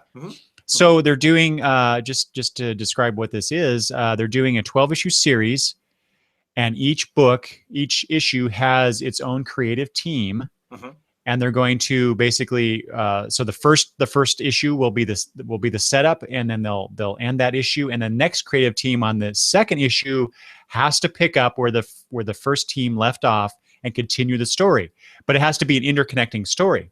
Right. The curious thing about that is that there were 13 creative teams announced, apparently. Right. So what's that about? Right. But for 12 issues. yeah, right. But let me just talk about the people involved. Sounds awesome. Right? Yeah. And I'm not a big Commandy fan, to be honest, but this concept. I own them all. I know. But this concept sounds really cool. So I'm just going to list the names real quick. Dan Abnett, Dale Eaglesham. That's the first team. Peter Tomasi and Neil Adams is another one. Amanda Connor and Jimmy Palmiotti. Yeah. James Tynan the fourth and Carlos Danda. Bill Willingham and Ivan Reis. Yes. Yeah. Steve Orlando and Philip Tan. Ooh. Marguerite Bennett and Dan Jurgens. Yeah. Keith Giffen and Steve Rude. Oh, that's right. Oh, wow. Giffen and Rude. That's going to be Tom awesome. King and Kevin Eastman. Yes. Yes. Eastman. Yes. Greg Tuck and Joe Prado. Rob Williams and Walter Simonson. Yeah. Ooh. Some of the names, yes, sir. Yeah. Gail Simone and Ryan Sook. Yeah. Yeah. As well as it says as well as Len Wein and Jose Luis Garcia Lopez. Wow. And what are they doing? Yes. I don't know, but I don't care. They're the 13th. They're the 13th. Yeah, I don't know. It's gonna be. Maybe they're gonna do like they'll have the main you know the main part of each issue, but maybe there's like a backup or some sort of extra material that Wein and Garcia Lopez are going to do. I don't know. I'm totally guessing here. Yeah. I don't care. That's a lot of cool people involved with this. Sure. Anyway, no debut date though, unfortunately. So far as I can tell. Wow, that's going to be cool. Yeah. Okay, so that was Thursday. Friday, Travis, what did you do on Friday? So that was your first day of the con. Right. So I decided I was not going to queue up at all. So I didn't do the mass. I mean, all years past, I would get there at the crack of dawn. So I was like one of the first 15 people standing at the very beginning of the line so I could rush in to get whatever I needed to. I didn't have a game plan as far as any particular thing that I needed to get or whatever. So for me, I waited until after it was 10 o'clock and just walked into the con without having to stand in the giant, pit of, 10,000 people waiting to rush the doors or whatever. So, so I wandered in and what did I do first? I went by the Wicked and Divine table, basically, where that whole group of guys are at and whatnot. And it was already like 4 rows deep as far as being lined up. I mean, they really are. They seem to me like at the con, they were the creative team to be lined up for. They were the pop stars of the superstars of the con. It really was them. That's Kieran Gillian, Jamie McKelvey, and Matt Wilson, right? Colors. So I thought about going there and decided, no, I don't really need to do that. I decided I better go buy comic books really quickly so somebody else didn't buy all the comic books. Too late. Yes. So I went by and I bought a big old stack. I mean, I probably bought 20, 25 comics that early that first morning. That's it? You amateur. No, that was the first morning. So I bought that, and then I just decided, you know what? This is one of the days where there's less people. I'm gonna try and run into as many creators as I can, get books signed and that sort of stuff. And I spent most of the day wandering around getting books signed, bouncing between the two halves of the con floor, getting books signed, trying to figure out when people were actually going to be at their tables and whatnot. Met some other YouTube friends on Friday. But yeah, that's what I spent most of Friday doing was getting stuff signed and talking to creators and whatnot. Was Friday the day we went to the Vertigo panel? Yes. Okay, so I went to there was an image panel before the Vertigo panel, and I went to the image panel, and it was Image Creates Drama or something like that was the title of it. So it had more to do with drama type thing. Then on the panel, I'm not going to be able to remember everybody, unfortunately. Steve Orlando was on the panel for his book Virgil.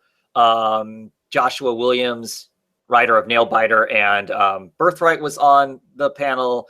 The artist, which I can't remember his name, for Ringside was there. Jim Zub was there, and there's somebody else there that I can't remember, a book I'd never even heard of before. But that's who was at the panel, and and of course it had David, what's his name? David Brothers runs all the Image panels. He's a great, I think he's an excellent I like him. moderator. I mean, he's involved at Image. He helps do a number of stuff there, but he runs all their panels. He's a really smart grid talker and kind of does a good job of kind of interviewing a panel of people to get something out of them, maybe more than we would get otherwise. So I sat on that panel, and of course that's the panel that Jim Zub was talking about, his new book that's going to be coming out. And that's what sold me on getting that, which the Glitter Bomb, I don't know if I would have an interest otherwise, but getting to see the first couple pages. And he goes, literally, this is the pitch I gave them. I was confident enough. I just decided, what, I'm going to have the artist do these first 3 pages. I'm going to give them to, Image and just go, read these. If you don't like it, fine, whatever, and if you do, awesome. He goes, that's not how you normally pitch anything. Right. But he did. And of course the book is, going to go on and whatnot. And he also talked about Wayward, which is a book I have had zero interest in, mostly because it's always been pitched to me as being, kind of a Buffy the Vampire Slayer in Japan. And I'm not a Buffy the Vampire Slayer fan. Whatever. it's fine, but nothing that excites me. So I've had zero interest in it. But listening to him talk about the book and getting to see some of the art from the book and whatnot, I then afterwards rushed to his booth and bought the first trade from him because it sounded so much cooler than what I had been told that the book was about. It was a lot of Joshua Williams talking about Nailbiter. Nailbiter clearly it was a very popular book. Most of the audience was pretty excited by that. I have to admit, after about issue 5, I think I dropped the book, mostly because I was running into serial killer fatigue. It seemed like I had a lot of books at the time I was reading that were all serial killer based, and I decided, some book has to go. That one wasn't holding my attention as much as some of the others, so that's the one I dropped. Now I'm maybe have to go back and pick up trades and whatnot because it sounds like it's gotten interesting, kind of a thing.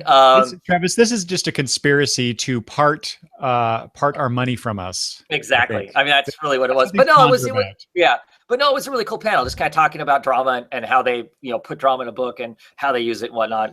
And so it was an enjoyable panel. And then of course I went straight from that panel to line up to the Vertigo panel because I wasn't sure. In years past, the Vertigo panel has been held in a smaller room and usually has a pretty large group of people at it. Mind you, Fables is done now, and there was always a huge audience that were Fables people.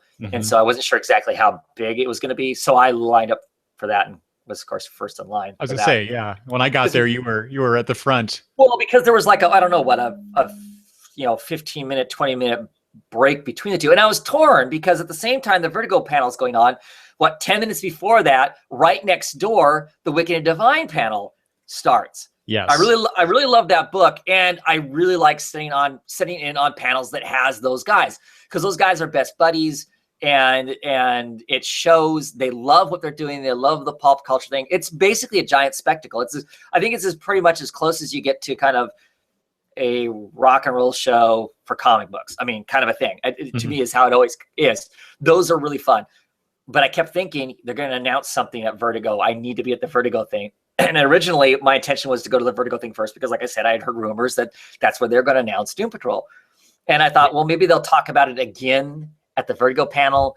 That's why my daughter was there. And I knew if I didn't make sure she got to that, if Wade happened to show up again, because of course she missed him at the other one, I would be killed. So, yeah, so we were at the Vertigo panel, which was fine because I enjoyed that too.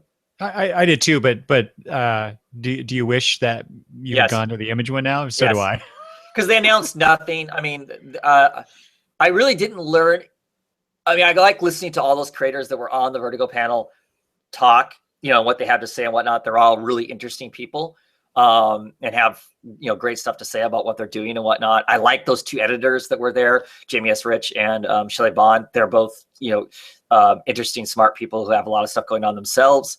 But yeah, I wish, because you could hear the laughing. You could hear the laughing and crazy, because all there is that kind of, that, I don't know what kind of the rollaway barriers, what was between us and the other, ballroom that had them in it. And you could hear stuff going on. I'm thinking, that I wish I would have gone to it. Yeah. For sure. Like I said, I tried, my intent was to go to as many publisher panels as possible. And so I made the choice to go to the Vertigo one. And yeah, I kind of regret that, just because, like you, McKelvey and Gillen are just, they're interesting and funny guys. I follow them on Twitter, and when they go off of each other on Twitter, it's like, it's the best entertainment.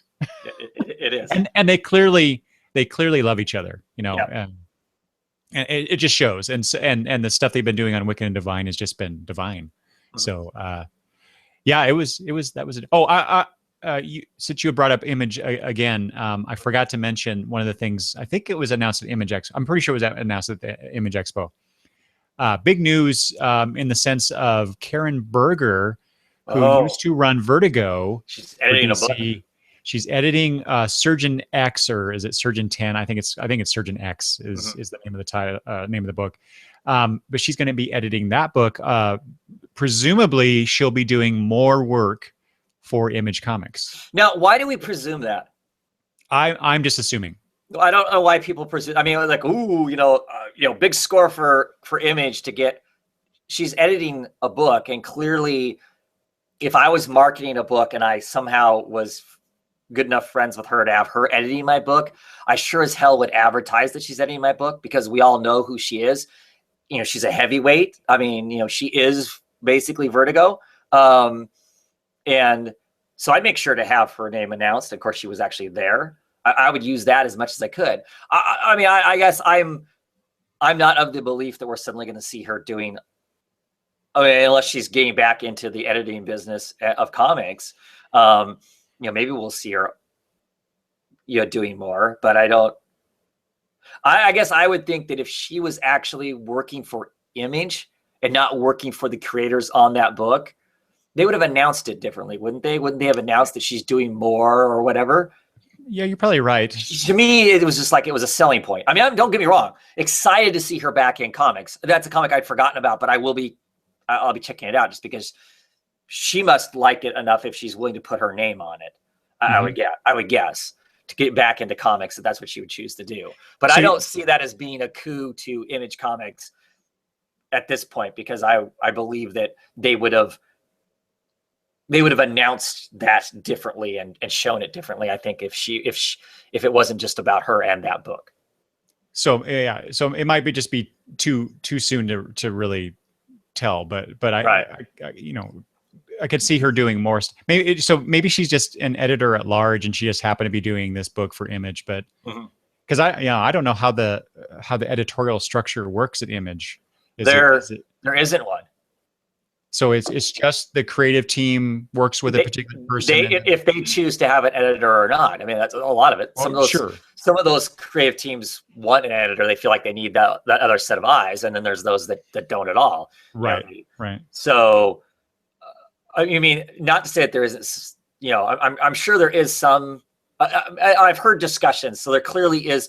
Image does have some influence over the books that are there and how they're produced in some sense.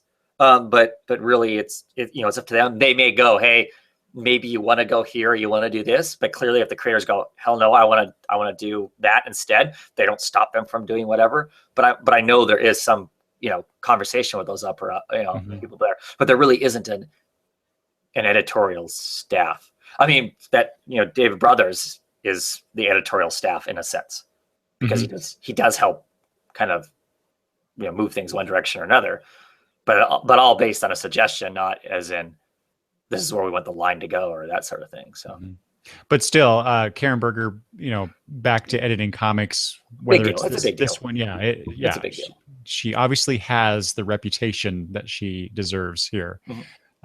So we should be paying attention to that. Yeah. Anything else on Friday for you, Travis? No. I went. I went and did a bunch of shopping, but yeah. So I did the same thing. I went back to to Randy's and bought more stuff, and it was interesting. Okay, so I said earlier I was going to talk about some reactions to the way that the con is being run now. I don't know if this has anything to do with it for sure, but I was asking Randy about how things were going for him as far as sales go, because he's been there every year that I've been at the con, and I buy a ton of books from the guy, and I'm just amazed that he continues to provide such an interesting collection of books, and so cheaply. Right. But he surprised me in his answer. He said that he may not be back next year. I heard that from a number of comic book vendors. Yes. So one of the things that he said, it cost him, maybe I shouldn't be saying this, but it cost him $1,200 just to be there. That's the booth cost, and also he mentioned something about paying people to help him get all the stuff in and out and all that stuff. Sure. So he's got to sell $1,200 worth of inventory at minimum just to break even. And he's selling his books at usually $1 or $2, right, for the most part. I mean, there are some that I saw a few $6 or $7 ones, but yeah. I bought a few of those this time, but for the most part, they're pretty cheap comics, and so he has to sell a lot of stuff to break even. And there were a few other comments from not necessarily comic vendors that I encountered, but other vendors who were not as happy about certain situations. There was one vendor that was upstairs where all of the photo ops selling comics. The one lady that was up there selling comics. Oh no, that's not who I'm talking about. Okay. But still, that obviously there's more than just one. Yeah. Another vendor who was like, no one knew we were up here.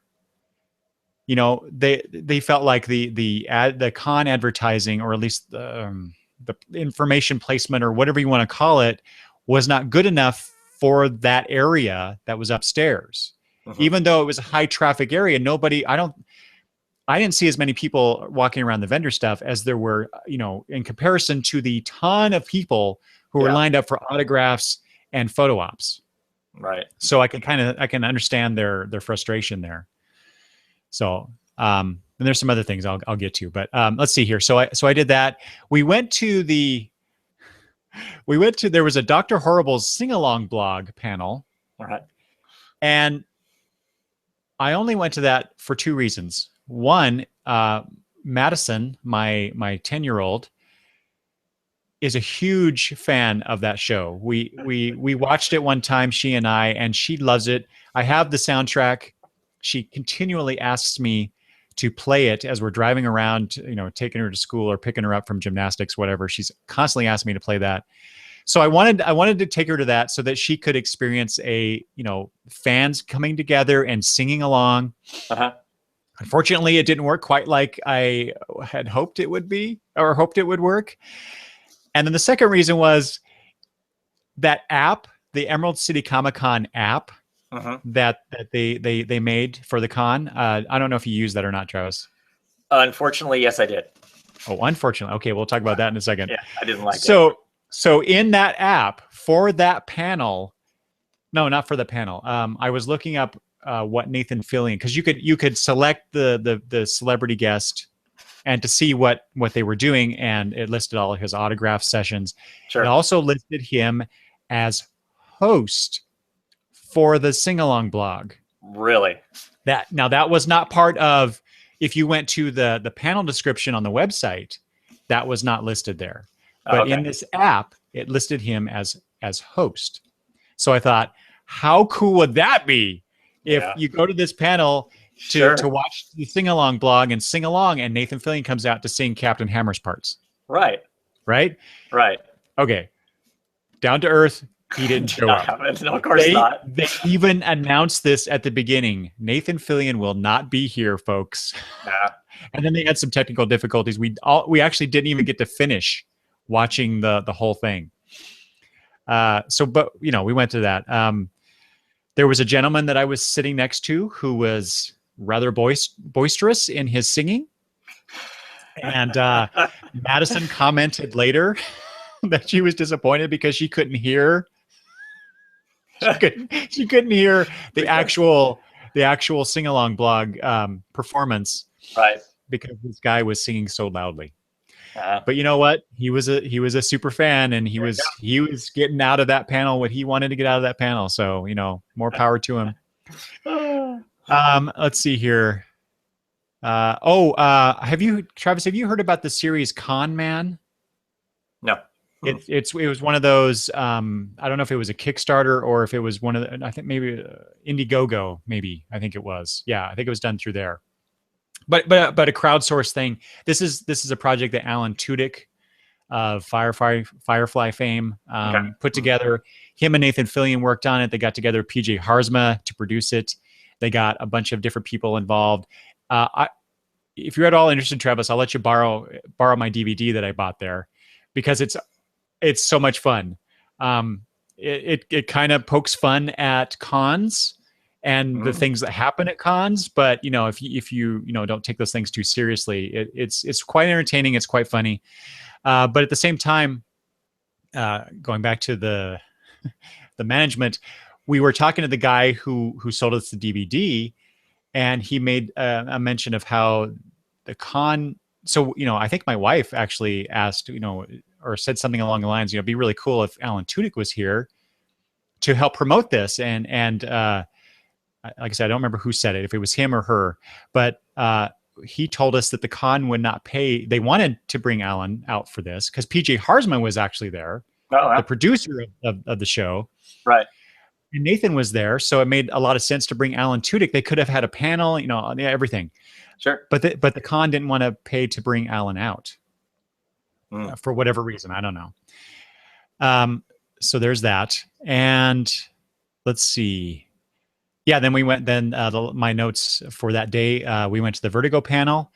I found out about the Vertigo does its own podcast. It's called In the Gutters with Jamie Rich, which I didn't know about. So I'm gonna have to go find that. No. That's not exactly right. The In the Gutters is a YouTube thing that Jamie Rich helps produce that's outside of the Vertigo thing. The Vertigo thing is the lounge. Yes, I see that now. Right. Yeah, where every podcast they have a different drink and they have some fun. Right. Okay, you're right. I do have that in my notes. I got confused there. And also the Dark and Bloody series was talked about, and then I was asking you questions during the presentation. Now I want to read the book. Yeah. Which they showed all kinds of spoilers. Right, yeah. Because of course the book came out Wednesday, and of course I get my book shipped to me, so I wouldn't get my books normally until Friday. Of course, I'm not home on Friday. I'm at the con. And so they were showing the big reveal. They actually show that on the when they're showing slides, they show the big reveal, and I'm like, oh, that's interesting, kind of a thing. That, well, there's that. So, and that's the one of the shots they show is the big reveal at the very end of that issue, which of course is the midway point of the miniseries. So, yeah. Mm-hmm. Mm-hmm.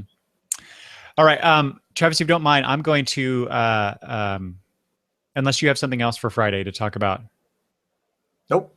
Okay, so Friday night, I'm gonna go off on a tangent because this is not con related, but another event was going on Friday night in Seattle Yeah. at the Paramount Theater.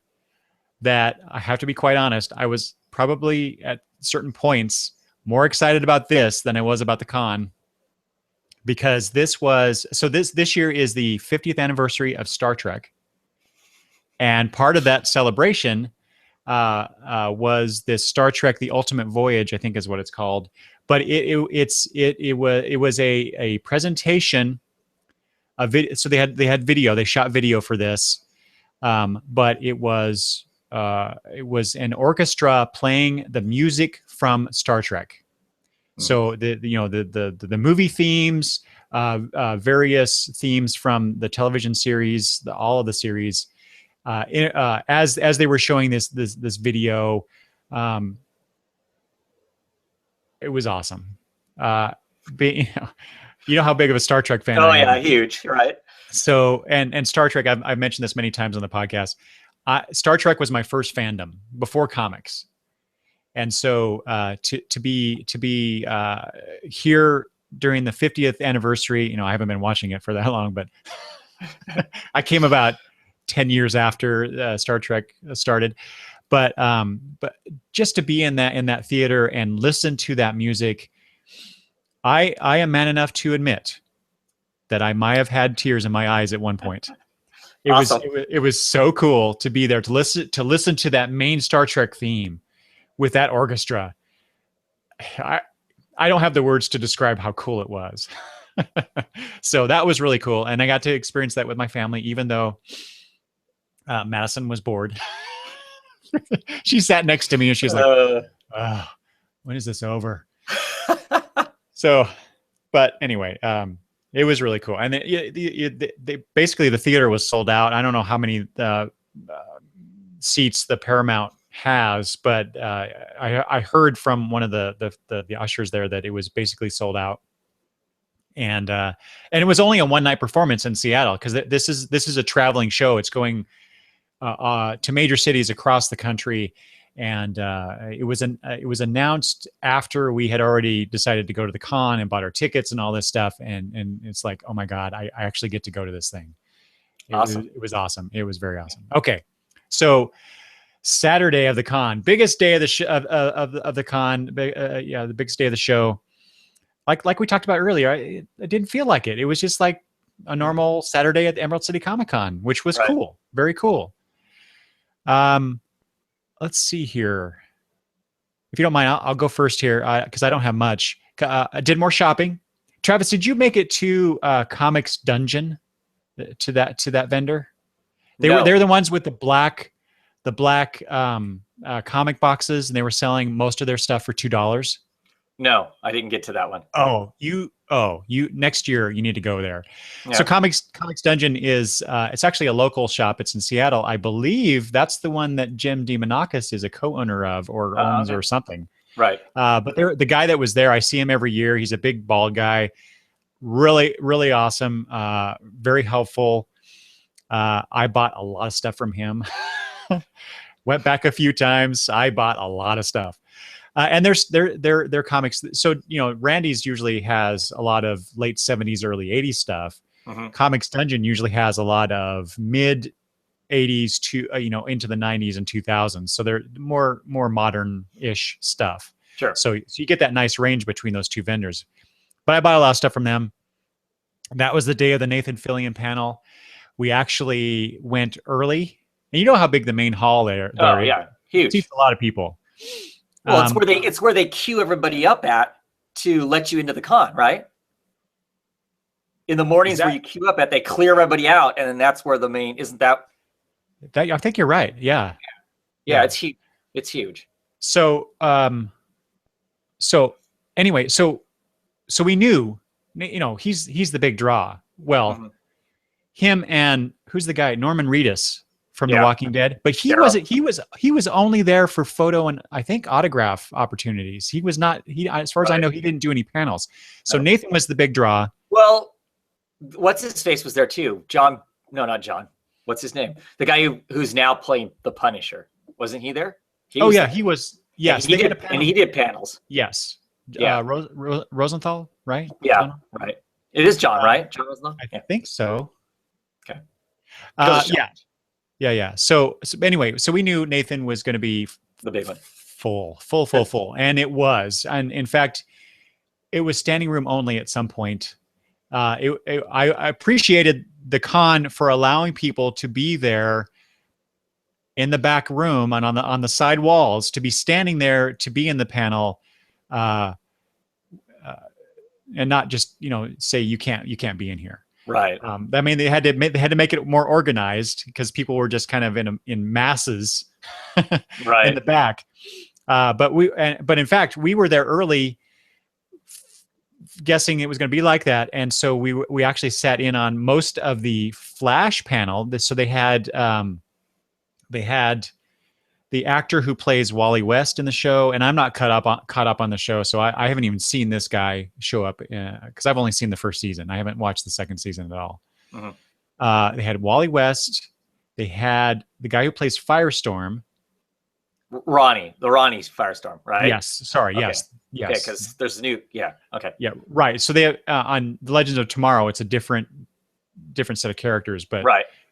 The guy who played Firestorm, Ronnie, in the first season of Flash, he was there, and then of course what's her name?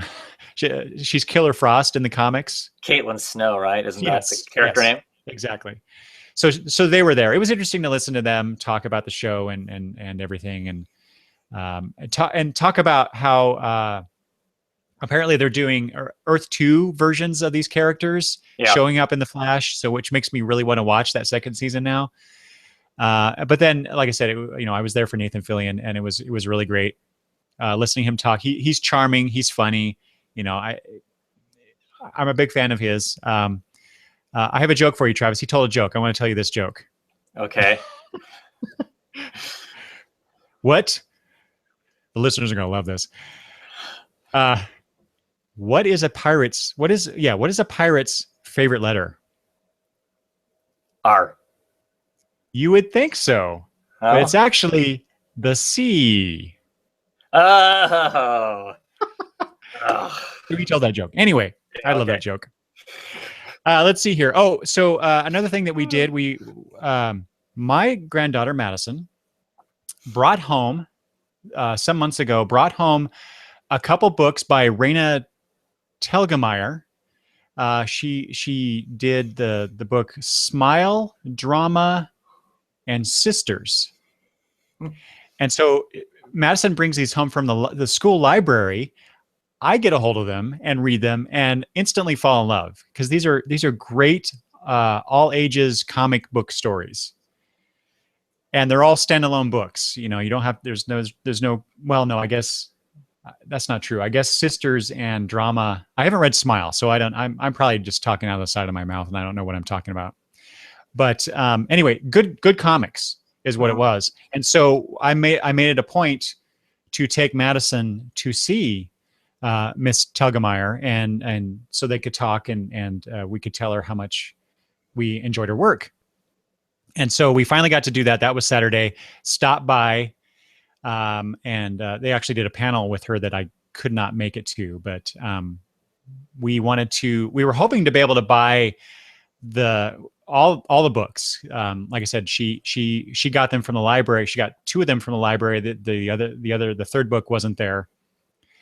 So we were hoping to buy all the books and maybe ask her to sign, Telgemeier to sign them, and found out that she wasn't allowed to sell her books there.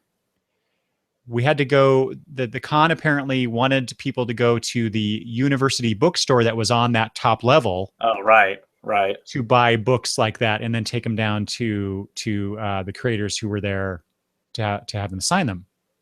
Which was, so that's another, and Kitcher and I are kind of starting to tally up these comments about how things are being run now. Right. So, and there's another one I'll get to as well. But in the end, Kitcher was able to, she went up to the university bookstore that was on that floor, came back down, and was able to have Miss Telgemeier sign the book. She actually drew some stuff in the inside pages for Madison. which is really great. And she also gave us, she actually did have on her person the sneak preview to the next book that she's going to do. All right. So that was really cool. Let's see here. Oh, I bought a new Nightwing shirt. Big surprise, right? Yeah. I actually showed that. There's a couple videos I just posted to YouTube where I show off all the comics I bought and the other things that I bought. Mm-hmm. And so people can go do that. We went and talked to Kyle from Kirby Crackle, because we do that every year because Kyle's an awesome guy. Yeah, he is. Yeah. And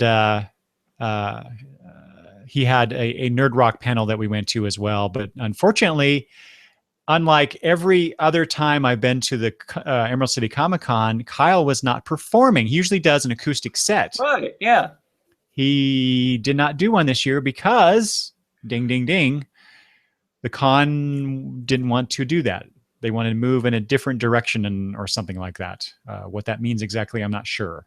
I heard that. I heard move in a different direction get thrown about twice myself. Really? Yeah. Huh. Yeah.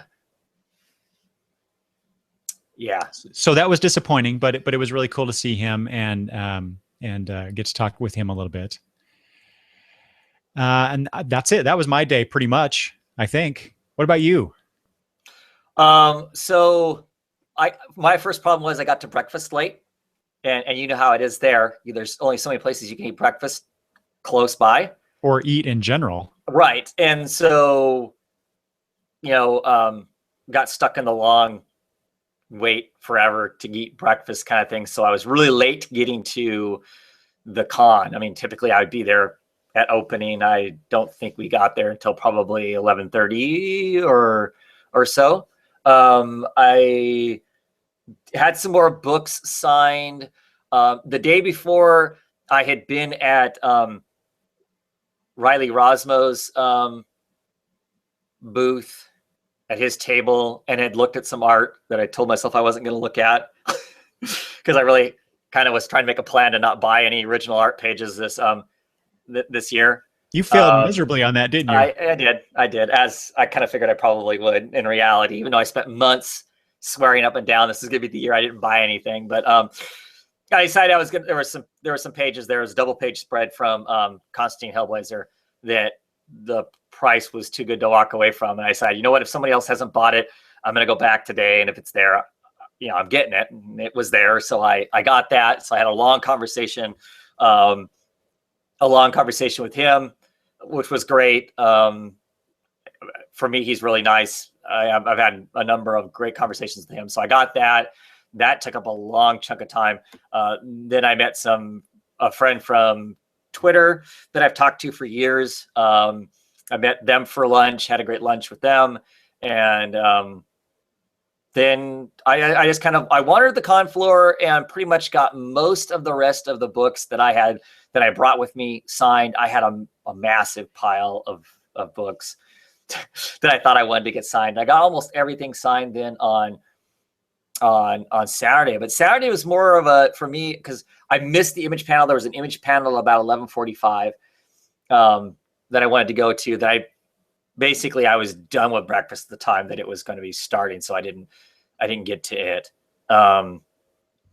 But most of Saturday was just kind of wander the con floor with no real, I have to go do this and whatnot. I really, it was some of just kind of looking to see what was at every booth, the booths that normally in the past I would kind of blow past to kind of check out what they were.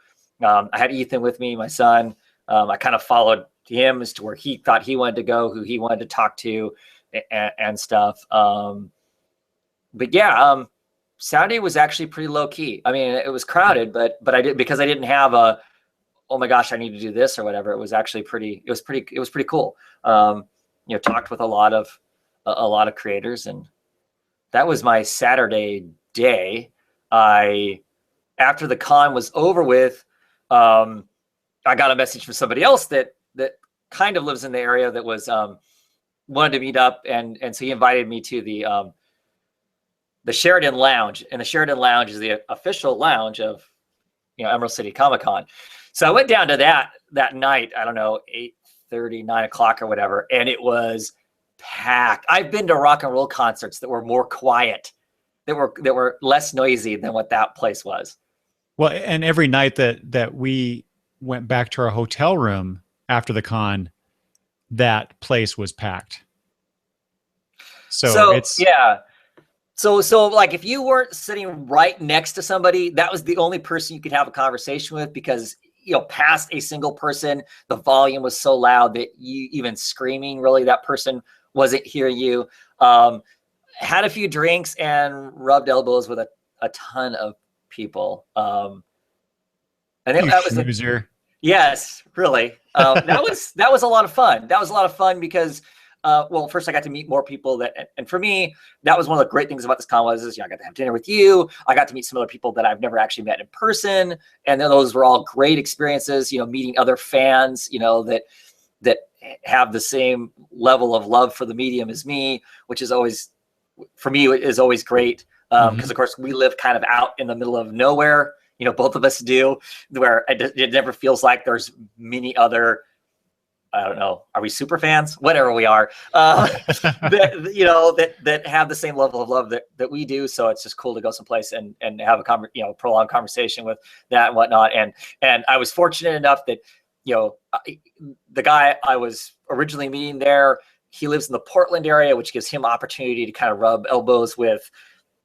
Portland, Oregon is kind of a mecca for a large chunk of comic book creators. And so that kind of, he introduced me to, so-and-so, and that introduced me to so-and-so. And so I got to have conversations with a whole bunch of people that I read their books and whatnot. And it was nice to have conversations with them that weren't fan base. That's kind of what made that whole, and I feel bad that I didn't text you and say, hey, you should come down. And I kind of hate you right now. I know, that's horrible of me. I wasn't really thinking about it at the time until later on when your wife scolded me for not. I'm just jealous.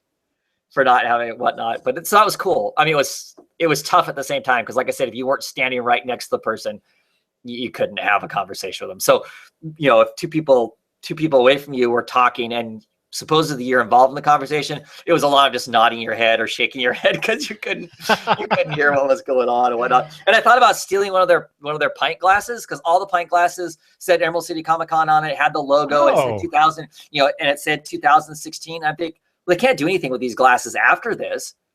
So I have no idea what they did with all those glasses. Huh. And I kind of wondered, well, if I finish my drink and I walk off of this, are they going to, cuff me as I'm passing the lobby or whatnot? I don't know. But the con police come after you. Right. I don't know. So I'm curious as to what they do with all those glasses, but it'd be kind of fun to have one of those. But no, it was fun. I was up way too late. For it being a late day 2, Sunday was a bit rough. Oh yeah. But my feet were about done by then, because I put a lot of miles in walking around the con floor for sure. Yes. But, yeah, for sure. Yeah. Let's see. So Friday and Saturday night, when Kitter and I got back to the hotel room, so the Sheraton has a pool, and so the girls love to go to the pool, and I'm not big on that.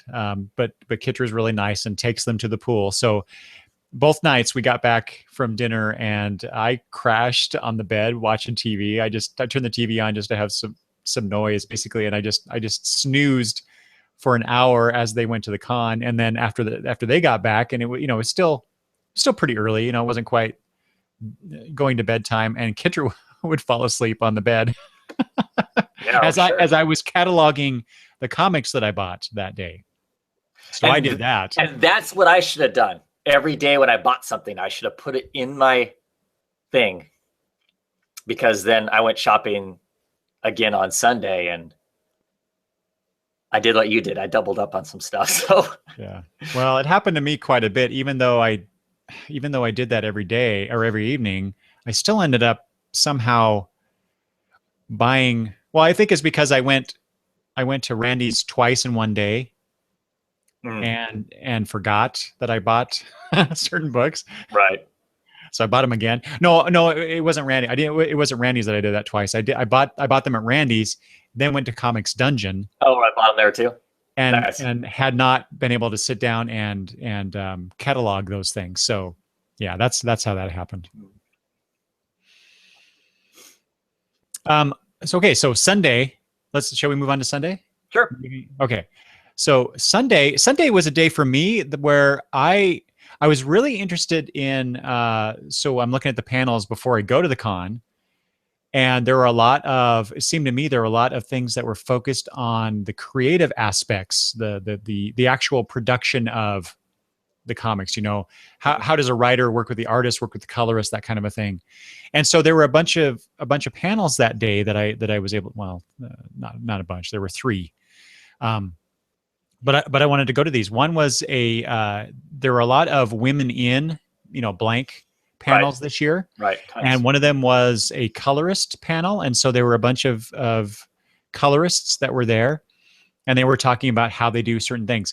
Now I went to the panel hoping it would be more of a discussion of how they color comics when they get the art, and the back and forth between the penciler and the inker and them, and it turned out to be more technical than that. So it was interesting information, but they were talking about color palettes and flattening and Oh yeah, and flatters. That came up a couple times in a couple different panels about the importance of having flatters. Yeah. For comics or working in comics. So in other words, like I say, it was a bit more technical than I was hoping for, but it was still interesting. That day, that's the day that I bought another Nightwing shirt that I actually don't have yet because the vendor ran out of them. But he graciously offered if we bought it, that he would ship it to us for free. Oh, so nice. now it's on its way. I don't know when it's going to get here, but it was a cute little Nightwing. I'll just have to show it to you. I can't describe it now, but it was cute. But that was another thing. That was the guy I was referring to earlier about the con not, or at least that vendor not feeling like the con was promoting where they were, and they weren't getting a lot of business. Sure. And then let's see. Oh, that's the day that I had I actually purchased. I broke down. I purchased a photo op with Nathan Fillion. Yeah, I saw the picture. Awesome. It was really cool. Have you ever done? I'm sure you haven't. Have you ever done one of those photo ops? No. Okay, so for anybody who hasn't, I'll describe the process. You get there way early, even though they said, "Oh, okay." So here's the thing: the con said specifically, show up no sooner than 15 minutes before your scheduled time, because I was able to purchase the op before the con started. Chose a particular day. I chose Sunday at 12:30 because I figured that would be a good, not as busy day, like Saturday. I didn't want to do Saturday. And that was one that worked for our schedules. So I chose that. So we get there. And we get there like 20 minutes early. It's not even the 15 minutes, but we get there a little early. Well, apparently a lot of other people thought so too. They thought that they should do this too. It was a ton of people. Fortunately, they had us broken up into two different groups. So I was in group one, there was a group two. So it was basically, okay, if you're here for group one, come over here and line up. And it was just this mad rush of people pushing their way to try to get there. Because they do say if you get there late, there's a possibility, even though you bought it, if you get there late, you may not be able, because he's only there for a certain time, right, and he's got to go on to something else.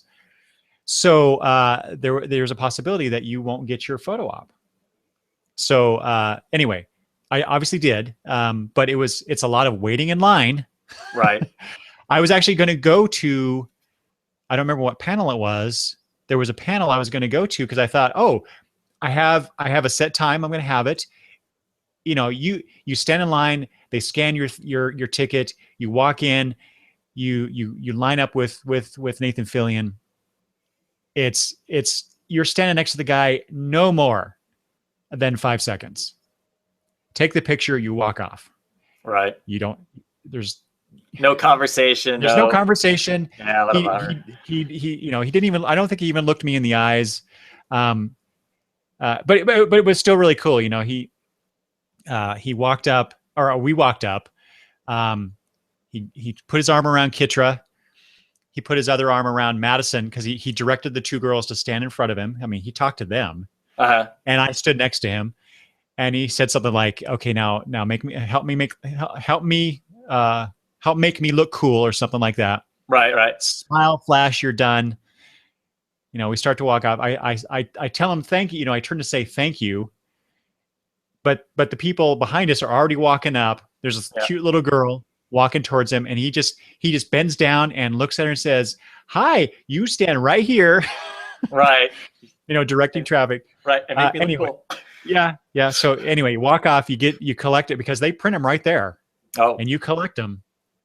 And anyway, so it was really cool. I got to be in the, I went to his panel. I got to stand next to the guy. I was very happy. Anyway, so there's that. Then I went to the DC Art Masterclass. Mm-hmm. This is the one where they have this camera up on the what do you call it? The podium. Where the podium. Thank you. And they have the art. They had various artists there. And as they're talking, and you mentioned the image guy who does a good job. Well, DC's counterpart to that is Fletcher, or Fletch, and he's been there I think every year. But he's moderating this panel, and so he's talking to the artists as they're all drawing, and you get to see it up on the big screen. Cool. And it was a really cool conversation. They talked about how they broke into comics, who their influences were. How it is to work with, how they work, in other words, as you're seeing this stuff happen on the screen. That was really cool. Yeah, I thought about going to that one. Yeah. Oh my God, Travis, you missed out. So they had, let's see, I'm gonna name off the names. The people that were there. Steven Segovia was there. Chad Hardin was there. Philip Tan, Carlo Pagulayan. And this was the highlight for me, Emanuela Lupacchino. She's from Italy. She's going to be working on, I don't remember which book. For the DC Rebirth? Yeah, I'm not sure already. Yeah. She is amazing. So she was up there. I mean, they're all amazing, but she was drawing the most beautiful Wonder Woman headshot, and she's doing it with these ink like pen. It looked like ink, but it was a pen. I don't remember what kind of tool she was actually using. But she, someone even asked her too, after Fletch kicked her off and put somebody else on to show. They asked her, did you start this ahead of time? And she said, at first she said no, but she said, oh yes, I did. She actually started sketching like Wonder Woman's face a little bit. But that was it. The rest of it, the hair and the everything else that she was putting in it was all her just basically doodling real time on there. And it was the most, like I said, beautiful picture, one of the most beautiful pictures I've seen of Wonder Woman. Wow. So that artist is amazing. So I'm really looking forward to seeing her work on whatever book it is she's working on. Best part of this, though, for these darn kids that were in the audience, Fletch decided to that they would give out this original art that these guys did during that hour. Sure. To any kids to some kids in the audience. Lucky bastards. Doesn't pay to be old. Right. So and of course the kid who and he there was one young boy, and the reason he was chosen first was because the entire time that this panel was going on, he was drawing in his own sketch pad. And so Fletch saw that and said, you get to pick any one of these. And wouldn't you know it, he chose the Lupacchino Wonder Woman headshot. But other kids got to come up and select the art. So that was really cool that they did that. Yeah. So I meant to go. I meant to go try and see if his parents posted that picture, because I want to retweet that or whatever to show what it looks like, because it was amazing. And then there was finally the you said you went to that image drama panel. And image had a bunch of those drama. Right. I don't remember the other it was like drama, action. There was those kind of the components to a comic book, right? Or a story or whatever. Well, this one was collaboration. So fitting with my desire to know more about that stuff. And so they had a bunch of, and I forgot to write down who all was there. But it wasn't, again, like the colorist panel, the women in colors colorist panel. It was, they talked a bit about the collaboration that they have, but not real in depth, I guess. It was, and it was the guy, what's his name again? The moderator? David Brothers. Yeah. He was really good about getting people to talk about certain things and moving on to different topics and whatnot. But I kept wanting him to let them talk more about the actual collaboration they have. And it was, I think it was all but one person on that panel was artists. I don't remember who the writer was now. Anyway, but it was interesting to hear them talk about that kind of stuff. But I wish they would have done it more, so that because for some reason this year and these last few months, I've been really, really interested in knowing more about the collaborative nature of comic books. And I've been listening to a lot of different podcasts where the writers and artists are talking about that very thing. And I just want to hear more about it. That's pretty much it. Kitra went to the Sean Astin panel. Oh yeah, she's a big fan of Sean Astin, and I don't know if you're aware of this. His mother just recently passed away. Yeah. And so and she's local to us. She lived in the Coeur d'Alene, Idaho area, and so I wondered if, when I heard the news, cancel, right? Yeah, that's cancel, but he did not. Yeah. And from what Kitra tells me, he did talk about that, but he talked about it. Apparently he's forming some sort of fund or memorial type thing in honor of his mother. So that was really cool. And he also talked about his involvement in that Con Man project with Alan Tudyk, which made Kitra interested in watching it. So we did that. I think that's about it. Oh, we were just real quick. I wanted to mention there were two things specifically that Madison was really looking forward to as far as the Comicon. Unfortunately, the people involved in those projects canceled and could not attend. One of them was the actress. I'm blanking on her name. She plays Clara on Doctor Who. Do you remember her? I don't remember the actress's name. So Coleman, right? It's Coleman. It's something Coleman. Right? Jenna Coleman, right? Yeah. Okay, yeah. So she was supposed to be there. Madison is a huge fan of Doctor Who, mostly Matt Smith and the Ponds, but she really likes Clara too. I like Clara. But she was not able to see Clara, and then we got excited because the two actresses, the sisters in Supergirl, were going to be there. Right. And we, just before the con, we actually started watching the show. We have them, all the episodes recorded, but we just hadn't sat down and watched any of them except for the first one. Well, we started doing that, and I love that show. Yeah, it's great, right? Awesome show, and the girls love it. We sit down as a family and watch this, which means we're not going to be able to get through them quickly, but so we were excited to go to that panel. So I was definitely going to make sure that she was able to sit in on that. I wanted to sit in on it as well. And then I think it was the day before or 2 days before. 2 days before. Yeah. We found out that they had other engagements they had to take care of or something. So unfortunately. Yeah. And that's pretty much my con. I left and was sad to go. What about you? So Sunday I was beat. We walked around more. I bought more comics. I bought another, big stack of books.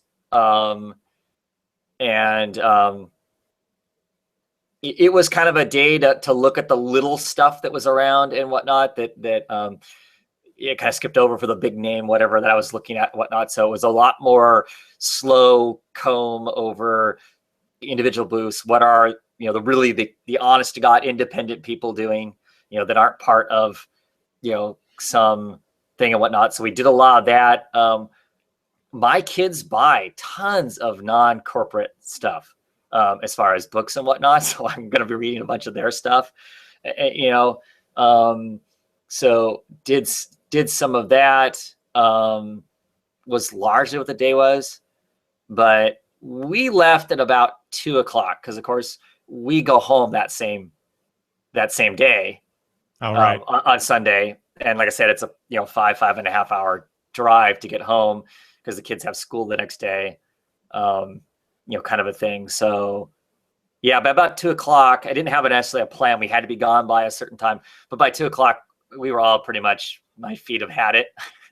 You sat down to have lunch and you really didn't want to get back up again, kind of a thing. So, and like I said, having to drive home. So, that's about 2:00, I said, is about when we left. Had an absolutely great time, as far as the general experience goes and whatnot. Yeah, I'm trying to think of anything particular. I ended up buying another page of art on Sunday. So it was a Doom Patrol page. So I kind of have a desire to get a page of art from every run of Doom Patrol and every artist that participated in those runs of Doom Patrol. I mean, I already have a page from the last run of Doom Patrol. This is another page from that, but it was the other artists that worked on it. So, and it was one of those kind of things. It was a total fluke. I'd completely forgotten that Ron Randall had done any work on Doom Patrol. He was kind of the fill-in artist, and he had a booth there, and I happened to be talking to him as I was walking around. He was next to Periscope Studios, which is a big art studio out of Portland. He was next to them, and I had been checking out their stuff, and so I kind of ran into that, and he had a box of art there, and I noticed one of them was tagged Doom Patrol, which of course immediately sparks my attention. So I'm like, what? There's Doom Patrol pages here? So I bought a page from him, which was awesome. You had him sign it for me and stuff. And while I was talking with him, a woman come up that was looking at some of his stuff and whatnot, and she was cosplaying the current Spider-Woman, pregnant Spider-Woman. Oh. And she is pregnant, very, very pregnant. And we're like, talk with her is awesome. She's a school teacher, and how she announced to her class that she was pregnant is I'm going to go to Emerald City Comicon this year, and I think I'm going to cosplay as Spider-Woman, the current Spider-Woman. So her class she must be one of those teachers that has her kids well-versed in comics. That is awesome. Right. I'm like, oh my God. I'm like, wow, that's some pretty serious dedication to cosplay, to time yourself being about 8 months pregnant to make it to the con, to be, because she was very pregnant. So it was awesome. I really should have gotten a picture with her. I don't normally take pictures of cosplayers at all. It's just, I enjoy cosplay. I think it's awesome, the people that do one. I just don't, because I would spend my entire con taking pictures of people, because you just see so many people that are awesomely dressed up that I just know that if I started doing that, I wouldn't get to enjoy the rest of the con, because I'd be too busy going, oh my God, I need a picture of you. Oh my God, I need a picture of you. Yeah. But she was perfect. She's this brunette. Like I said, she had the full costume, the big belly. It was pretty awesome. Okay, she was just really cool. So I when you said that, I'm like imagining this conversation that she's having with her significant other. Okay, so Emerald is in April. In order to do right, we got to count back. Like I said, she was really fun with it, because she was really cool. All game to have the joke about it. Whatnot. Yeah, it was really cool. She was really awesome. Were there other cosplayers that you saw that you thought were just absolutely fabulous? Because every year I go there, I'm just amazed at the level of work that these people put into their costumes and just makeup. Everything. There were amazing people dressed up as the Pantheon from Wicked and Divine. I saw lots of them that were just, there was just no doubt in your mind that's who they were. They were just dead on, kind of stuff. I guess there's comic books. There were some Dark Crystal cosplayers there that were just incredible. Somebody cosplayed as I can't remember what the Sketsky's name was, the one that gets stripped of all of his adornments. So he's at that stage where he's wearing the kind of the robe and whatnot. I saw that. Incredible. Because the guy he's wearing a helmet, so the whole head is up on top of, on top of his head. He has like a gauze thing so he can see through that. His partner was with him, and she was dressed as a gelfling. Even had the fizz gig, dog and whatnot. I mean, yeah, that was extremely impressive. There were just tons. What I was shocked was I think I only saw one Deadpool the entire con. Oh, really? I saw a lot. I mean, well, all years past, I've seen just tons and tons. Maybe I've developed a blind spot to them to where there's a void and I don't see them because I'm sick of them. Maybe I don't know, but I think you're right. I think there seemed to be fewer, which surprised me considering the movie was just out. Yeah, because usually you see people, cosplaying Deadpool as somebody else. It seems to be a thing to do. Yes, you're Deadpool wearing a Pikachu outfit or whatever. And I saw a lot of that stuff. Yeah. But I didn't see very much in the whole Deadpool spectrum. I don't know. Maybe these people who would normally go as Deadpool thought, well, Deadpool, the movie come out, there's going to be a ton of us. Right. That's played out. Yeah. So, but apparently not. But I saw some incredible, antennas as they do every year. Some great black canaries. Trying to think what else. Saw a really impressive Red Hood. Had the helmet and the whole 9 yards that looked really good and whatnot. No, it's like every year. A great John Constantine.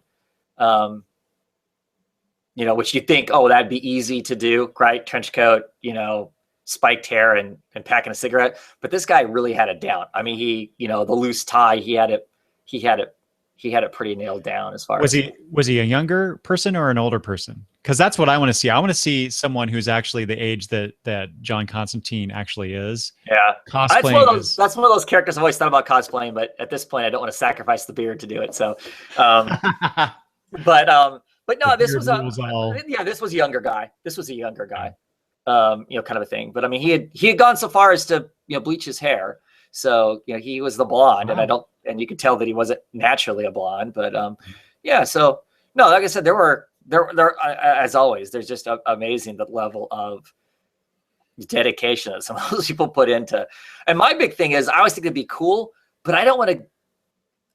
That seems so involved to going to the con and then to be in the costume, for a whole day or however long you choose to be in it while you're trying to. I mean, I guess that's what you have to be that day. It's more about being that and letting people take your picture or whatever than it is all the other stuff that I want to do.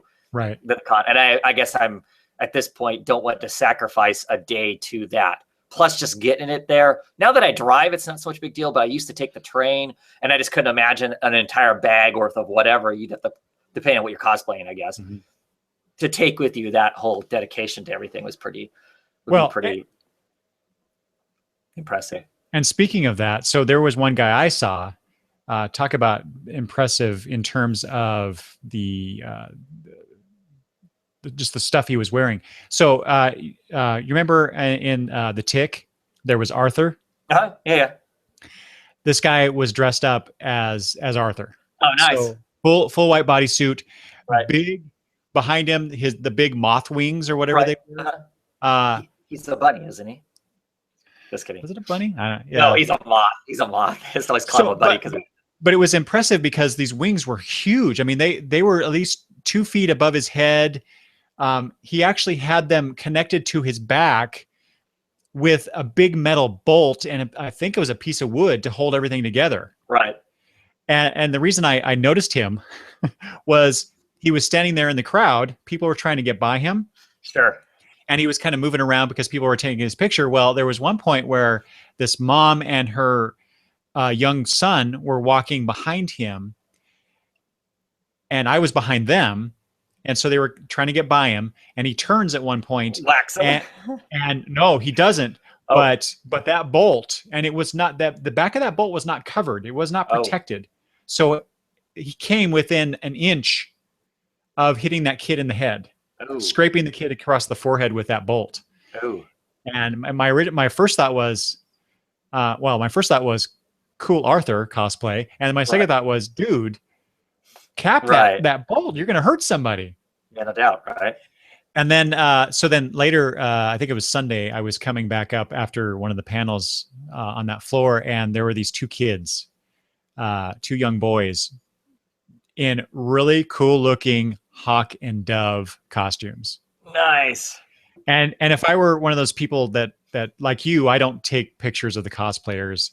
I always kind of want to, but it's like, you know, I don't want to bother them, and But that's I why don't they want. do it, though. I know, but I know it feels kind of weird to me to take pictures of people, and you know, like you, there are other things I want to do, so I'm just trying to get to those things, and then on top of that, you know, because I was really tempted, because you know how much I like hawk and dove, Right.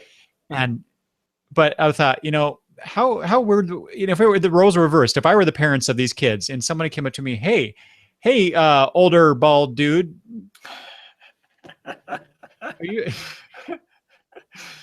you really want to take pictures of my two young boys? Well, they are I in know, costume. You're I know, supposed to I know. ask before you take the pictures, Exactly. which is That cool. that is what's how it But should be. 99.9% of them, if they're there in cosplay, they want that, though. I mean, that's, I know, you know, but that is. I just feel weird Yeah, I about hear it, you. and I hear you.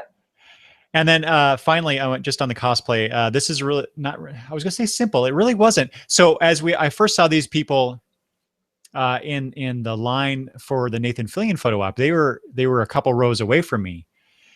Do you remember in Sesame Street, the Yip Yip aliens? Uh-huh. Did you see those? Did you see those Well, I guys? didn't actually see them. No, I saw a picture of them, though. Yeah. Yes. So they were there, standing there. Greatest cosplay at Emerald City Right. Comicon 2016, as far as I'm concerned. I would love to see the photo op if they actually were in his line and got pictures with him in Yes. costume like that. Him standing with those two things would have been hilarious, I'm sure. Yeah. I meant to go try and find that too. Yeah. So yeah. So it was a good time. Yep. Good time. So are you? How excited are you to go back for the 15th anniversary of Emerald City Comic Con next year? I always want to. Yeah. Well, I always want to go, but I want to go other places too. Right. And realistically, to enjoy them how I want to enjoy them, I don't know that I can hit multiple cons in a year. Not like that. You know, not where we're talking about multiple nights. You know, especially if it's my entire family. You know, a family of 4. Yeah. So I don't know. I mean, yes, I always want to go. You know, I mean, if everything was available to buy right now, I'd probably already be pulling the trigger and buying it all. I do know that I will clearly have a plan before it is announced as to whether or not I want to go. So on the day that it's announced, the day the stuff goes up for sale, I can start buying it in advance. But I do have some concerns. I mean, because like I said, just some of the kind of offhanded comments that were made. Here's my thing: is it sounds to me like the creators who brought products did really, really well. Like Jim Zub literally sold out of everything. He went to the Image booth and got stuff from the Image booth and sold that stuff out too. I heard lots of creators completely sold their stuff out, and not just the big name people. Some stuff that my kids go and buy every year. They buy books, these anthology books from some very small press people, and which I'm drawing a blank on some of their names, and their stuff was sold out. So it sounds to me like creators did really well, whereas I don't know how the exhibitor booths, you know, the companies, the comic book retailers and stuff like that bought stuff. I don't know how well they did, but I mean, I heard lots and lots of creators going by their booths, they sold lots of stuff. So yay for them. But I also heard stuff like, well, like the one comic book vendor that was pushed to the 3rd floor, for instance. She's a comic book vendor comic book seller out of Portland. She got pushed up to that floor. She normally in the past, I guess, would normally have 2 booths that she usually purchases to spread all of her stuff out. She was only giving 1, and she was told next year that she may not even have that. Ooh. That they want to go in a different direction with the con. Interesting. Okay, so you're telling somebody who sells comics that you want to go a different direction with your con. What does that tell me? Exactly. I mean, granted, for me, this is really the first year I've really started, and I'm sure it'll get worse as the years go by.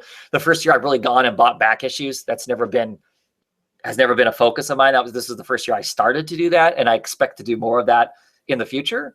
But yeah, to me, that's an uncomfortable feeling when they tell me that that's a vendor that they may not want there anymore, is somebody who's selling comics. So, well, especially when this con has long had the reputation of being a very comic book focused con. right. Now, But right, you can define that as the the creators involved and the publishers involved, but that if the implication is that they're not going to have as many comic book vendors there, that's yeah. And this is somebody who's been going for forever, is my understanding. I mean, this is and I don't know if that's everybody got that experience.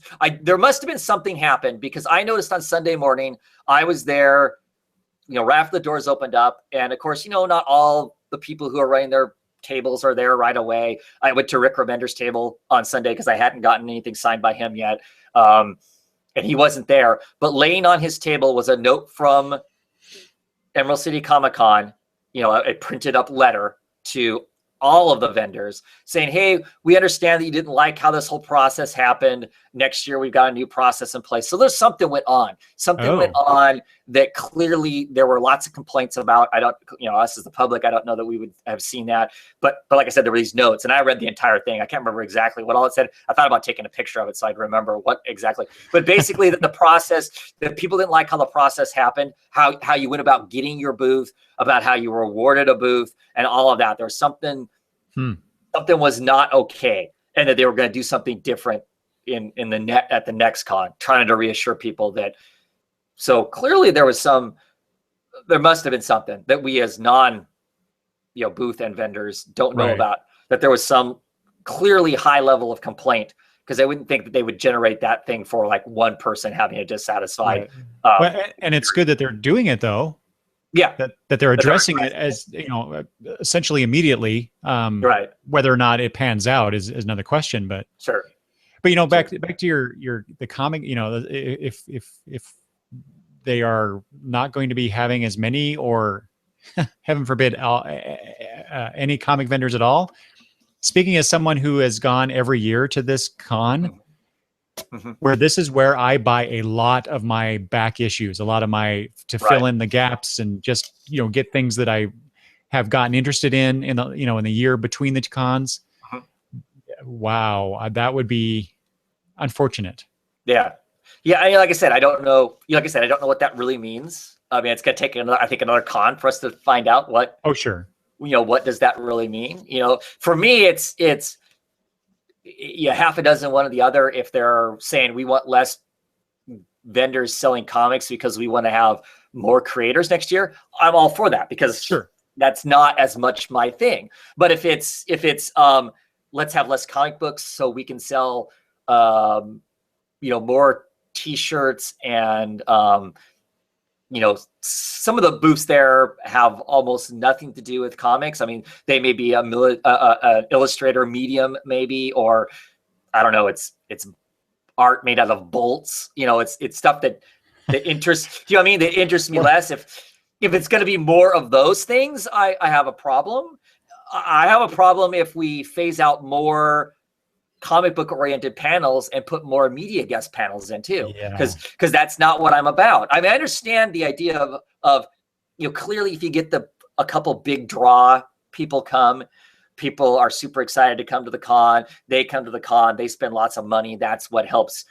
Then I'm assuming the con can then turn around and pay to get more creators in. So I understand how one pays for what maybe what I'm interested in gets paid for by a bigger ticket item, kind of a thing. So I'm not saying get rid of that, but I don't want it to go the route of what it seems to me like San Diego Comic-Con is now, where it seems to be more about the media outlet and less about the source, the comic books. And I want it to stay about the comic books. And it has moved more that direction in the years that, that's true. In just the 6 years that we've gone. That first year, what it was like versus what it's like now is different. They get a lot more media type stuff and whatnot. And I understand there's a huge draw there. Clearly, the lines are massive, for that stuff and whatnot. And part of that's just because the source material has gotten popular to make TV shows out of. And so I understand there's going to be more because, the Walking Deads, and all the CW TV shows and all that stuff, it's all part of the pop culture, and I get it. Yeah. There just has to be both, or I'm done, Yeah, exactly. But and to your earlier point about there's only so many cons that we can go to. Right. So yeah, I feel the same way. I've been going to Emerald City Comicon for many years now, but there are other cons out there, obviously, Right. that I would Lots love of to them. go to. And so yeah, I can't afford to go to 2 major cons a year, because most of the other ones I'd have to fly to. Right. Fly, hotel room, car rental, going to the con itself, let alone take my family. So I actually, because my wife is awesome, she encouraged and is allowing me to go to Heroes Con in North Carolina this year. Nice. Coming up in June. Right. And I kind of consider that a major con, but it's it's only me going Right. to this one. So that's Emerald City this year and Heroes Con, and I'm trying to figure out a way to go to Rose City Comic Con in September. Yeah. Right. And then then there's other ones. I won't go to Heroes Con again probably, but I want to go to C2E2 maybe, or to yeah. I want to hit Baltimore. Yeah. What's the one in Calgary? The expo, or I forget. Right. Whichever one that is. But yeah, so there are other cons I want to go to. So yeah, next year's going to be tough. I gotta decide what I'm going to do. But then again, on the other hand, This is our con. It's our con, and my Right. girls love to go.